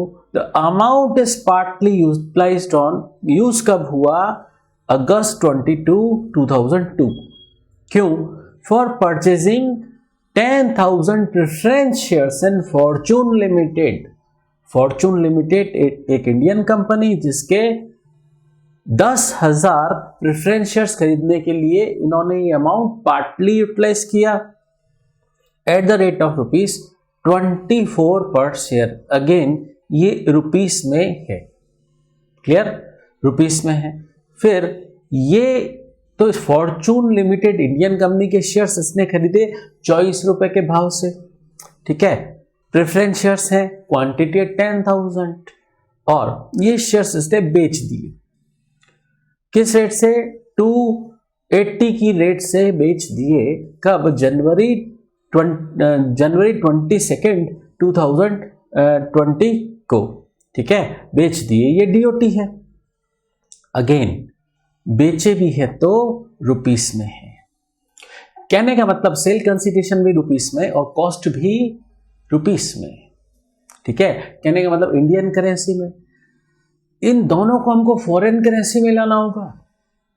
ये दोनों इंडियन करेंसी में दे रखी है, इसको फॉरेन करेंसी में लाना होगा। यही तो हमने बात की थी। देखो ये हमने बात की थी ना कि ये इंडियन करेंसी में है, इसको फॉरेन करेंसी में लाना होगा, ठीक है? तो ये इंडियन करेंसी में फॉरेन करेंसी में लाना होगा। सेल कंसिडरेशन भी इंडियन करेंसी में, कॉस्ट भी इंडियन करेंसी में, इसको फॉरेन करेंसी में लाना होगा ताकि कैपिटल गेन भी फॉरेन करेंसी में आए। फिर फॉरेन करेंसी में एक बार कैपिटल गेन आ जाएगा ना तो उसको बाइंग रेट ऑन डीओटी से मल्टीप्लाई कर देंगे तो फिर वो कैपिटल गेन दोबारा इंडियन करेंसी में आ जाएगा। यही प्रोसीजर है। चलिए फिर क्या निकालना है? कैपिटल गेन निकालना है on the assumption that telegraphic transfer buying rate TT buying rate और सेलिंग रेट दे रखी है एसबीआई की। अब हमें 17 अगस्त 2002 के दिन की किसी काम की नहीं, इस दिन तो पैसा इंडिया में भेजा गया था, कोई शेयर्स थोड़ी ना खरीदे गए थे। ये डीओए नहीं है, ये डेट ऑफ एक्विजिशन नहीं है। डेट ऑफ एक्विजिशन तो क्या है, 22 अगस्त 2002 है ना, तो ये हमारी डेट ऑफ एक्विजिशन। और डीओटी क्या है, 22 फरवरी 2020। क्लियर, हमको बाइंग रेट भी दे रखी है, सेलिंग रेट भी दे रखी है, बट हमको एवरेज रेट निकालनी पड़ेगी। और एवरेज रेट कैसे निकालते हैं, buying rate plus selling rate upon 2, है ना। तो कैपिटल गेन निकालना है। अब यहां पर देखिए कंडीशन सेटिस्फाई हो रही है क्या स्पेशल प्रोसीजर की। एसएससी नॉन रेजिडेंट है, यस एसएससी नॉन रेजिडेंट है, नॉन रेजिडेंट है, ठीक है। डीओटी के दिन नॉन रेजिडेंट है कि नहीं, हाँ है। सेकेंड कंडीशन, उसके पास इंडियन कंपनी के शेयर्स खरीदे उसने बाय यूटिलाइजिंग फॉरेन करेंसी, ठीक है। तो कंडीशन सेटिस्फाई हो रही है किसकी, स्पेशल प्रोसीजर। तो फर्स्ट प्रोविजो टू सेक्शन 48 में जो स्पेशल प्रोसीजर दे रखा था उसकी कंडीशन सेटिस्फाई हो रही है, तो अप्लाई करें फर्स्ट प्रोविजो, यस अप्लाई करते हैं। तो देखो हमें डीओए हमारी है 22 अगस्त 2002, 22 अगस्त 2002 हमारी डीओए है। उस दिन की एक्सचेंज एवरेज रेट हमने कर दी। एवरेज रेट कैसे की, एवरेज रेट कैसे की, डीओए के दिन की बाइंग रेट और सेलिंग रेट ये दोनों जोड़ दी, डिवाइड बाय 2 कर दिया, तो एवरेज रेट आ गई, ठीक है ना।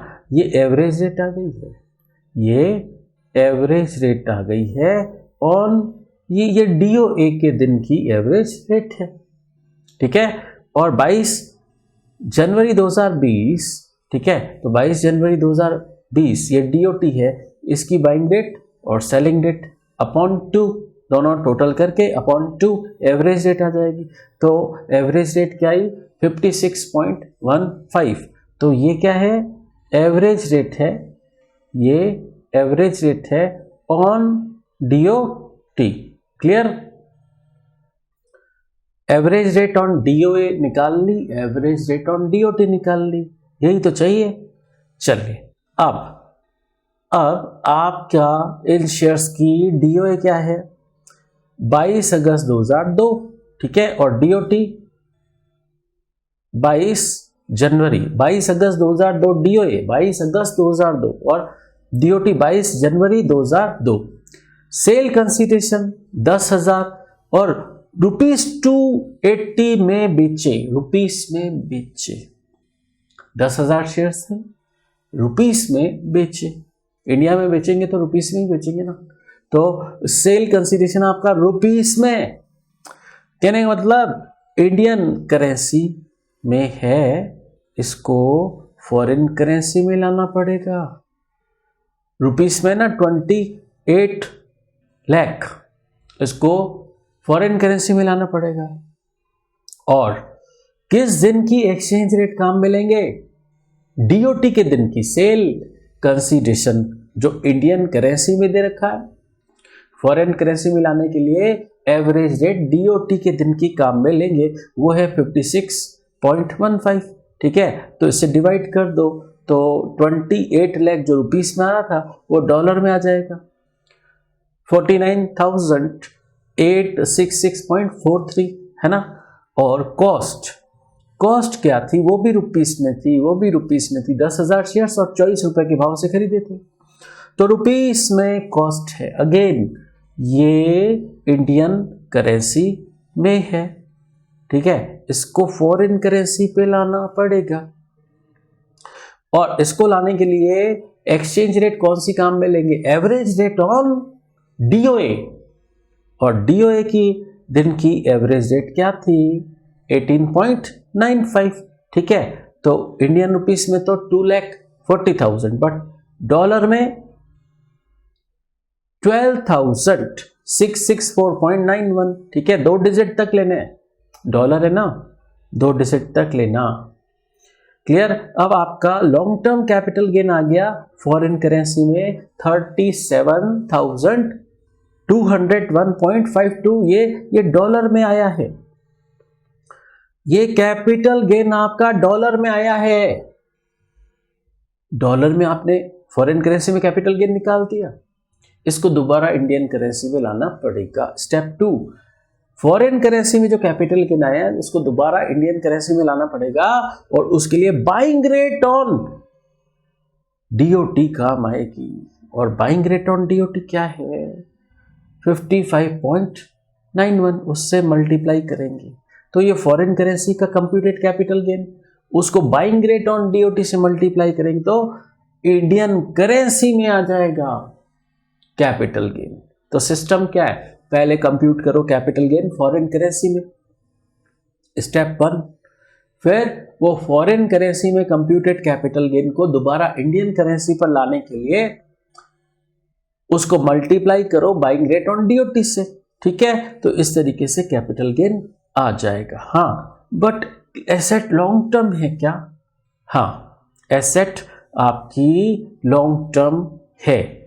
एसेट लॉन्ग टर्म में इंडियन कंपनी के शेयर्स हैं, लिस्टेड है चाहे अनलिस्टेड है, इनका मोर देन 12 मंथ्स या 24 मंथ्स हो गया तो ये क्या हो गया? लॉन्ग टर्म हो गया, ठीक है। लॉन्ग टर्म हो गया तो गेन तो होगा लॉन्ग टर्म, कैपिटल गेन आया आपका लॉन्ग टर्म कैपिटल गेन ये। लेकिन इंडेक्सेशन का बेनिफिट नहीं मिलेगा, क्योंकि फर्स्ट प्रोविजो टू सेक्शन 48 जहां लगता है वहां पर फोर्थ प्रोविजो मना करता है, इंडेक्सेशन का बेनिफिट नहीं मिलेगा। जहां पर फर्स्ट प्रोविजो टू सेक्शन 48 लगता है वहां पर इंडेक्सेशन का बेनिफिट नहीं मिलेगा। ये तो ठीक है, लॉन्ग टर्म कैपिटल गेन था। अगर शॉर्ट टर्म कैपिटल गेन भी होता ना, तो ये स्पेशल प्रोसीजर लगता। जब तक कंडीशन सेटिस्फाई हो रही होती है तब तक स्पेशल प्रोसीजर लगेगा, गेन का नेचर चाहे शॉर्ट टर्म हो चाहे लॉन्ग टर्म हो। क्लियर? हाँ, अगर एक नॉन रेजिडेंट ने फॉरेन करेंसी इंडिया में रेमिट की, उसने गोल्ड सिल्वर खरीदा तो फिर नॉर्मल प्रोविजंस ही लगेंगे। बात समझ आई? क्योंकि कंडीशन सेटिस्फाई नहीं हो रही है। कंडीशन में एक बात थी कि ट्रांसफर्ड एसेट इंडियन कंपनी के शेयर्स डिबेंचर्स होने चाहिए, गोल्ड सिल्वर नहीं। गोल्ड सिल्वर है, फॉरेन करेंसी यूटिलाइज करके नॉन रेजिडेंट ने परचेस किए हैं, तब तो नॉर्मल प्रोविजंस ही लगेंगे। फिर अगर वो लॉन्ग टर्म होगा तो इंडेक्सेशन भी होगा, नॉर्मल प्रोविजंस लगेंगे उस केस में। बात समझ आई कि नहीं? क्लियर? तो ये हमने समझा फर्स्ट प्रोविजो टू सेक्शन 48, जहां पर कैपिटल गेन कंप्यूट करने का स्पेशल प्रोसीजर लगता है, ठीक है। तो ये स्पेशल प्रोसीजर हमने समझा, ये हमने समझा पेज नंबर 102 पर। बट इसमें लास्ट में एक लाइन दे रखी थी, वो भी हम बाद में समझते हैं। ये स्पेशल प्रोसीजर रुपी डिनोमिनेटेड बॉन्ड पे भी लगेगा, ये बात दे रखी थी। देखो पॉइंट नंबर 5 दे रखा था, this section is also applicable rupee denominated bond issued bye कौन इशू करती? Indian company. नॉन रेजिडेंट ने परचेस किए, उस पे भी ये स्पेशल प्रोसीजर लगेगा। क्लियर? रुपी डिनोमिनेटेड बॉन्ड पर कुछ और भी बातें थी, हम पढ़ चुके हैं। रुपी डिनोमिनेटेड बॉन्ड की कुछ स्पेशल बातें थी। देखो ट्रांसफर एक्सक्लूड का चार्ट देखो, ट्रांसफर एक्सक्लूड का चार्ट था ना अपना। यस, पेज नंबर 81 पर आ जाइए। पेज नंबर 81 पर क्या दे रखा है? एक नॉन रेजिडेंट है, दूसरे नॉन रेजिडेंट को रुपी डिनोमिनेटेड बॉन्ड ट्रांसफर करता है, इशूड बाय इंडियन कंपनी, ठीक है। तो अगर ट्रांसफर आउटसाइड इंडिया हुआ है तो इस ट्रांसफर को ट्रांसफर ही नहीं मानते, तो फिर कैपिटल गेन टैक्सेबल ही नहीं होगा। क्लियर? और दूसरा हमने पढ़ा, एक नॉन रेजिडेंट है, किसी को भी बॉन्ड और जीडीआर ट्रांसफर करे या रुपी डिनोमिनेटेड बॉन्ड ट्रांसफर करे या डेरिवेटिव ट्रांसफर करे या फिर कोई नोटिफाइड सिक्योरिटी ट्रांसफर करे तो भी कैपिटल गेन टैक्सेबल नहीं होगा, subject to the condition that क्या वो ट्रांसफर कहां हुआ है, रिकॉग्नाइज्ड स्टॉक एक्सचेंज जो कि लोकेटेड है international financial services in India में, और कंसीडरेशन जो मिला है ट्रांसफर करने का, जो सेल कंसीडरेशन मिला है वो फॉरेन करेंसी में मिला है। अगर ये कंडीशन सेटिस्फाइड तो ये आरडीबी ट्रांसफर करने का जो गेन है वो तो टैक्सेबल ही नहीं होगा। तो ये हमने रुपी डिनोमिनेटेड बॉन्ड के लिए हमने पॉइंट नंबर 8 पढ़ा और 9 पढ़ा था। क्लियर? तो इस केस में तो टैक्सेबल नहीं होता है कैपिटल गेन। क्लियर? चलिए अब एक छोटा सा पॉइंट और पढ़ते हैं, सेक्शन 48 में एक छोटा सा पॉइंट और दे रखा है, वो पढ़ते हैं। तो सेक्शन 48 में ये आपके पेज नंबर 91 पर दे रखा है। तो पेज नंबर 91 निकालें। पेज नंबर 91 पर ये है basically section 48 in case of non resident SSC. फिर नॉन रेजिडेंट के लिए special point, any gain arising on account of rupee appreciation against foreign currency. Foreign currency के सामने रुपया मजबूत हुआ, उसमें अप्रिसिएशन हुआ, उसकी वजह से गेन हुआ। तो फॉरेन करेंसी के अगेंस्ट रुपी अप्रिसिएशन हुआ, उसकी वजह से गेन हुआ। तो at the time of redemption of rupee denominated bond of Indian company held by him shall not be included in sale consideration. और ये है 5th प्रोविजो टू सेक्शन 48। तो ढंग से समझना इसको। देखो क्या कह रहे, इंडियन कंपनी ने रुपी डिनोमिनेटेड बॉन्ड इश्यू कर रखा है नॉन रेजिडेंट को, ठीक है। उसने ये कैसे परचेस किए थे, फॉरेन करेंसी यूटिलाइज करके परचेस किए थे। तो आज रुपी अप्रिसिएशन हुआ against foreign currency, foreign currency में के अगेंस्ट रुपी में अप्रिसिएशन हुआ, उसकी वजह से जो गेन हुआ, gain on account of rupee appreciation, उसकी वजह से जो गेन हुआ ना, वो सेल कंसीडरेशन में इंक्लूड नहीं किया जाएगा। तो अब इस बात को इजी करके समझते हैं, रुपी अप्रिसिएशन की वजह से जो गेन हुआ वो सेल कंसीडरेशन में इंक्लूड नहीं होगा, तो मतलब टैक्सेबल ही नहीं होगा। वो सेल कंसीडरेशन में जब इंक्लूड नहीं होगा तो उस पर गेन निकलेगा ही नहीं। कहने का मतलब वो गेन जो हुआ है on account of rupee appreciation वो टैक्सेबल ही नहीं होगा। क्यों नहीं होगा? क्योंकि उसको सेल कंसीडरेशन में ही इंक्लूड नहीं किया जाएगा। यह है 5th प्रोविजो टू सेक्शन 48। कहने का मतलब जो करेंसी में फ्लक्चुएशंस की वजह से, करेंसी में फ्लक्चुएशन की वजह से नॉन रेजिडेंट इन्वेस्टर को जो गेन हुआ है, गवर्नमेंट उसको टैक्सेबल नहीं कर रही है। ये इनके लिए एक बहुत बड़ी रिलीफ है कि इनको रुपी अप्रिसिएशन की वजह से जो गेन होगा उसको सेल कंसीडरेशन में इंक्लूड नहीं करेंगे, तो वो टैक्सेबल ही नहीं होगा। क्लियर? तो चलिए, अगर नहीं समझ आया है तो हम इसको एक क्वेश्चन करके समझेंगे, ठीक है ना। तो सिंपल दे रखा था, क्या कोई गेन हुआ है on account of rupee appreciation, ठीक है, किस पर? रुपी डिनोमिनेटेड बॉन्ड के रिडम्पशन पर। तो वो गेन को सेल कंसीडरेशन में इंक्लूड ही नहीं करेंगे, मतलब वो गेन टैक्सेबल होगा ही नहीं, ठीक है। ऐसा 5th प्रोविजो टू सेक्शन 48 में दे रखा है, ठीक है। तो नॉन रेजिडेंट को ये एक्स्ट्रा बेनिफिट दिया गवर्नमेंट ने, ठीक है।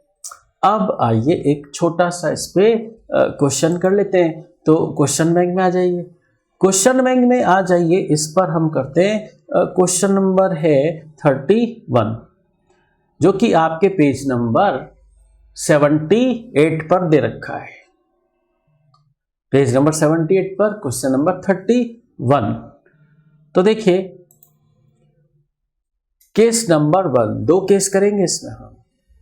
Case number 1, suppose Indian company issues bond RDB, rupee denominated bond. 1 lakh रुपए का एक बॉन्ड है, 1 लाख रुपए का है, ठीक है। मिस्टर एक्स नॉन रेजिडेंट है, उसने अप्लाई किया बॉन्ड के लिए और उसने पैसा कितना भेजा, 70 लाख रुपीस भेजे, ठीक है ना। रुपीस अप्लाइज फॉर, इसने भेजे तो डॉलर होंगे, वो कन्वर्ट हुए रुपीस में, ठीक है ना। एक्सचेंज रेट कितनी है, $1 रुपीस इक्वल टू ₹70, ठीक है। उसने अगर इंडियन करेंसी के टर्म्स में बात करें तो रुपीस भेजे हैं 70 लाख और 1 लाख रुपए का बॉन्ड है, ठीक है ना। कहने का मतलब वो 70 बॉन्ड लेना चाह रहा होगा, ठीक है। 70 आरडीबी, क्वांटिटी 70, राइट। अब किस दिन उसने अप्लाई किया, 1 जनवरी 2019 को, और उस दिन की एक्सचेंज रेट भी दे रखी है 70 है, ठीक है। तो वो कितने बॉन्ड खरीद लेगा, 70। अब इसलिए उसने क्या किया, उसने इसलिए 1 लाख डॉलर भेजे, ठीक है। इसको 70 से मल्टीप्लाई कर दो तो 70 लाख रुपीस हो जाएगा, ठीक है। इंडिया भेजे to subscribe to these bonds, ठीक है। फिर इन्वेस्टमेंट हो गया, yes. The bonds are redeem, अब बॉन्ड्स का रिडम्पशन हो रहा है। कब हो रहा है, 2 जनवरी 2020 को, और उस दिन एक्सचेंज रेट 63 हो गई है। एक्सचेंज रेट 63 हो गई, कहने का मतलब पहले $1 70 रुपए में मिलता था, पहले $1 70 रुपए में मिलता था, अब कितने में मिलता है, 63 में, ठीक है। तो कहने का मतलब रुपया मजबूत हुआ डॉलर के सामने, रुपया मजबूत हुआ, कहने का मतलब रुपी अप्रिसिएशन हुआ कि नहीं, बोलो। पहले $1 खरीदने के लिए 70 रुपए चाहिए होते थे और अब $1 खरीदने के लिए 63 रुपीस ही चाहिए, तो रुपीस मजबूत हुआ कि नहीं, हुआ, ठीक है। तो देखिए इसको हम इस तरीके से समझते हैं। देखो उसने 70 लाख भेजे और 70 बॉन्ड हैं तो 1 लाख रुपए भेजे, है ना। 1 लाख रुपए उसका इनिशियल इन्वेस्टमेंट, ठीक है। बट जब रिडम्पशन एट पार होगा, प्रीमियम पर नहीं हो रहा, रिडम्पशन एट पार हो रहा है, लेकिन तब एक्सचेंज रेट 63 हो गई है, तो उसको कितना डॉलर मिलेगा, 1,11,111, 1,11,111, तो उसको गेन कितना हुआ, 11,111, ठीक है। ये गेन टोटली उसको रुपी अप्रिसिएशन की वजह से हुआ है, क्योंकि देखो उसको उसका इन्वेस्टमेंट तो पहले भी 70 लाख था और अब रिडम्पशन पर उसको 70 लाख ही दे रहे, प्रीमियम तो दे ही नहीं रहे, तो ये उसको जो गेन हुआ, एक्सचेंज रेट 63 हो गई, रुपया मजबूत हो गया, रुपी अप्रिसिएशन हुआ, तो जो गेन हुआ उसको 11,111 का वो जो गेन हुआ वो टैक्सेबल नहीं होगा। क्यों, अरे बोला ना उसको सेल कंसीडरेशन में इंक्लूड नहीं करेंगे। सेल कंसीडरेशन में इंक्लूड नहीं करेंगे का मतलब क्या, कि वो टैक्सेबल नहीं होगा। क्लियर, ठीक है। तो देखो क्वेश्चन बैंक में क्या लैंग्वेज है, देखिए तो उसको 70 लाख का 70 लाख ही मिला, क्योंकि रिडम्पशन एट पार हुआ तो 70 लाख का 70 लाख ही मिला, लेकिन उस दिन एक्सचेंज रेट 63 हो गई, तो डॉलर के टर्म्स में लिखा तो कितना हुआ, 1,11,111, ठीक है। तो गेन जो हुआ 11,111 111 ये किस वजह से हुआ है? रुपी अप्रिसिएशन की वजह से, ये टैक्सेबल नहीं होगा। ठीक है, ये रुपी अप्रिसिएशन की वजह से गेन हुआ, ये टैक्सेबल नहीं होगा, इसको तो सेल कंसीडरेशन में इंक्लूड नहीं किया जाएगा। बात समझ आ रही है? अब देखो, अब देखिए, सपोज, अब आगे 1 मिनट क्वेश्चन में क्या कह रहे हैं, क्वेश्चन में लैंग्वेज पढ़ते, केस नंबर 2 की language. Suppose in above bonds redeem हो, प्रीमियम पर 5000 प्रीमियम रखा जाए, मतलब रिडम्पशन 1,05,000 पर हो एक बॉन्ड का, तो उस सिचुएशन में मिस्टर एक्स को कितना पैसा मिलेगा? बोलो, मिस्टर एक्स को कितना पैसा मिलेगा?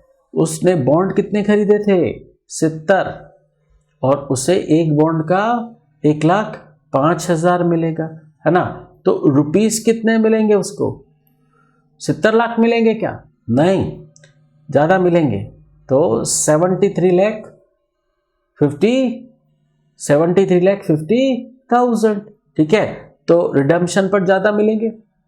70 लाख के बजाय 70 लाख के बजाय 73,50,000 मिलेंगे, क्योंकि रिडम्पशन प्रीमियम पर हो रहा है। क्लियर? और उस दिन एक्सचेंज रेट कितनी है? उस दिन एक्सचेंज रेट है 63। ठीक है, तो देखो, अब इस बात को ऐसे समझो, उसने जब इनिशियल इन्वेस्टमेंट किया था 70 लाख, 70 बॉन्ड थे, उसने डॉलर के टर्म्स में इन्वेस्टमेंट किया 1 लाख, और आज इसको रिडम्पशन पर कितना मिल रहा है? 70 लाख नहीं, प्रीमियम पर रिडम्पशन हुआ है, इसलिए इसको कितना पैसा मिल रहा है? 73,50,000, और एक्सचेंज रेट 63, तो इसको मिल कितना रहा है रिडम्पशन पर? 1,16,667। तो इसका टोटल गेन कितना हुआ? 16,667, ये इसका टोटल गेन है। अब अगर आज इसका रिडम्पशन 73,50,000 पर हुआ है, अगर 70 लाख पर ही होता तो गेन इसका कितना था? तो इसका मतलब 16,667 के अंदर जो गेन है 11,111, वो तो रुपी अप्रिसिएशन की वजह से, ठीक है ना, वो तो रुपी अप्रिसिएशन की वजह से है, क्योंकि एक्सचेंज रेट डाउन तो हुई है, 63 हुई है, तो वो तो रुपी अप्रिसिएशन की वजह से गेन हुआ है। और जो बैलेंसिंग फिगर है, बैलेंसिंग फिगर, जो बैलेंसिंग फिगर है डॉलर 5,556, ठीक है, ये जो गेन है वो अदर गेन है, ये रुपी अप्रिसिएशन की वजह से नहीं, ठीक है, ये तो रिडम्पशन प्रीमियम पर होने की वजह से, ठीक है, ये तो रिडम्पशन प्रीमियम पर होने की वजह से गेन है, ये अदर गेन है, ये टैक्सेबल होगा, ये टैक्सेबल होगा। ये डॉलर में इसको एक्सचेंज रेट 63 से मल्टीप्लाई कर दो तो आ जाता है 3,50,000, 3,50,000 रुपीस में ये गेन, तो इसको टैक्सेबल होगा। क्लियर? तो देखो, जो इसको गेन हुआ है रुपी अप्रिसिएशन की वजह से, वो तो नॉट टैक्सेबल, लेकिन जो अदर गेन हुआ है due to redemption at premium, इसको अदर गेन हुआ है due to redemption at premium, other gain जो हुआ है वो तो टैक्सेबल होगा। समझ आ रही है बात? तो टोटल गेन के 2 टुकड़े कर देना, रुपी अप्रिसिएशन की वजह से जितना गेन हुआ वो तो टैक्सेबल नहीं होगा, और अदर गेन जो हुआ प्रीमियम पर रिडम्पशन होने की वजह से वो टैक्सेबल हो जाएगा। क्लियर? तो देखो क्वेश्चन में देखो, इसको पैसा फिर कितना मिला? 1,16,667, तो कितना एक्स्ट्रा पैसा मिला? 5,556, ठीक है, इसको मल्टीप्लाई बाय 63 कर दिया, इसको मल्टीप्लाइड बाय 63 कर दिया एक्सचेंज रेट से, तो ये आ गया 3,50,000, ये taxable short term capital gain है। क्लियर? तो ये अदर गेन है ड्यू टू रुपी अप्रिसिएशन की वजह से नहीं है, ये प्रीमियम की वजह से है, तो ये टैक्सेबल होगा। बट हाँ, जो इसका $11,111 है वो टैक्सेबल नहीं होगा, क्योंकि वो gain on account of rupee appreciation है। क्लियर? तो ये हमने बात की हमने यहाँ क्या बात की, यही तो बात की थी कि देखो यही बात की थी, दोबारा समझो इसको, अब समझ आ जाएगा। ये देखो अब समझ आ जाएगा आपको, ये पॉइंट सिर्फ और सिर्फ नॉन रेजिडेंट एसएससी पर ही अप्लीकेबल है। ठीक है, गेन हुआ on account of rupee appreciation, क्यों हुआ, कब पता पड़ा, जब रिडम्पशन हुआ आरडीबी का, तो वो गेन इंक्लूड ही नहीं किया जाएगा सेल कंसीडरेशन में। मतलब जब वो सेल कंसीडरेशन में ही इंक्लूड नहीं होगा, तो सेल कंसीडरेशन में इंक्लूड नहीं हो रहा है, मतलब नॉट टैक्सेबल। तो गवर्नमेंट बेनिफिट दे रही है, क्यों नॉन रेजिडेंट को ये बेनिफिट क्यों दिया जा रहा है, क्योंकि वो रिस्क उठाते, करेंसी फ्लक्चुएशन की रिस्क उठाते ना बेचारे, तो उनको ये बेनिफिट दिया जा रहा है, तो ये उनके लिए एक बहुत बड़ी रिलीफ है। तो simple, gain on account of rupee appreciation shall not be included in sale consideration, hence not taxable। ठीक है, तो ये हमने देखा बेनिफिट नॉन रेजिडेंट को दिया गया। इस पर हमने क्वेश्चन भी कर लिया, क्वेश्चन नंबर 31। क्लियर? तो आज की क्लास में इतना ही, इसके आगे हम नेक्स्ट क्लास में करेंगे।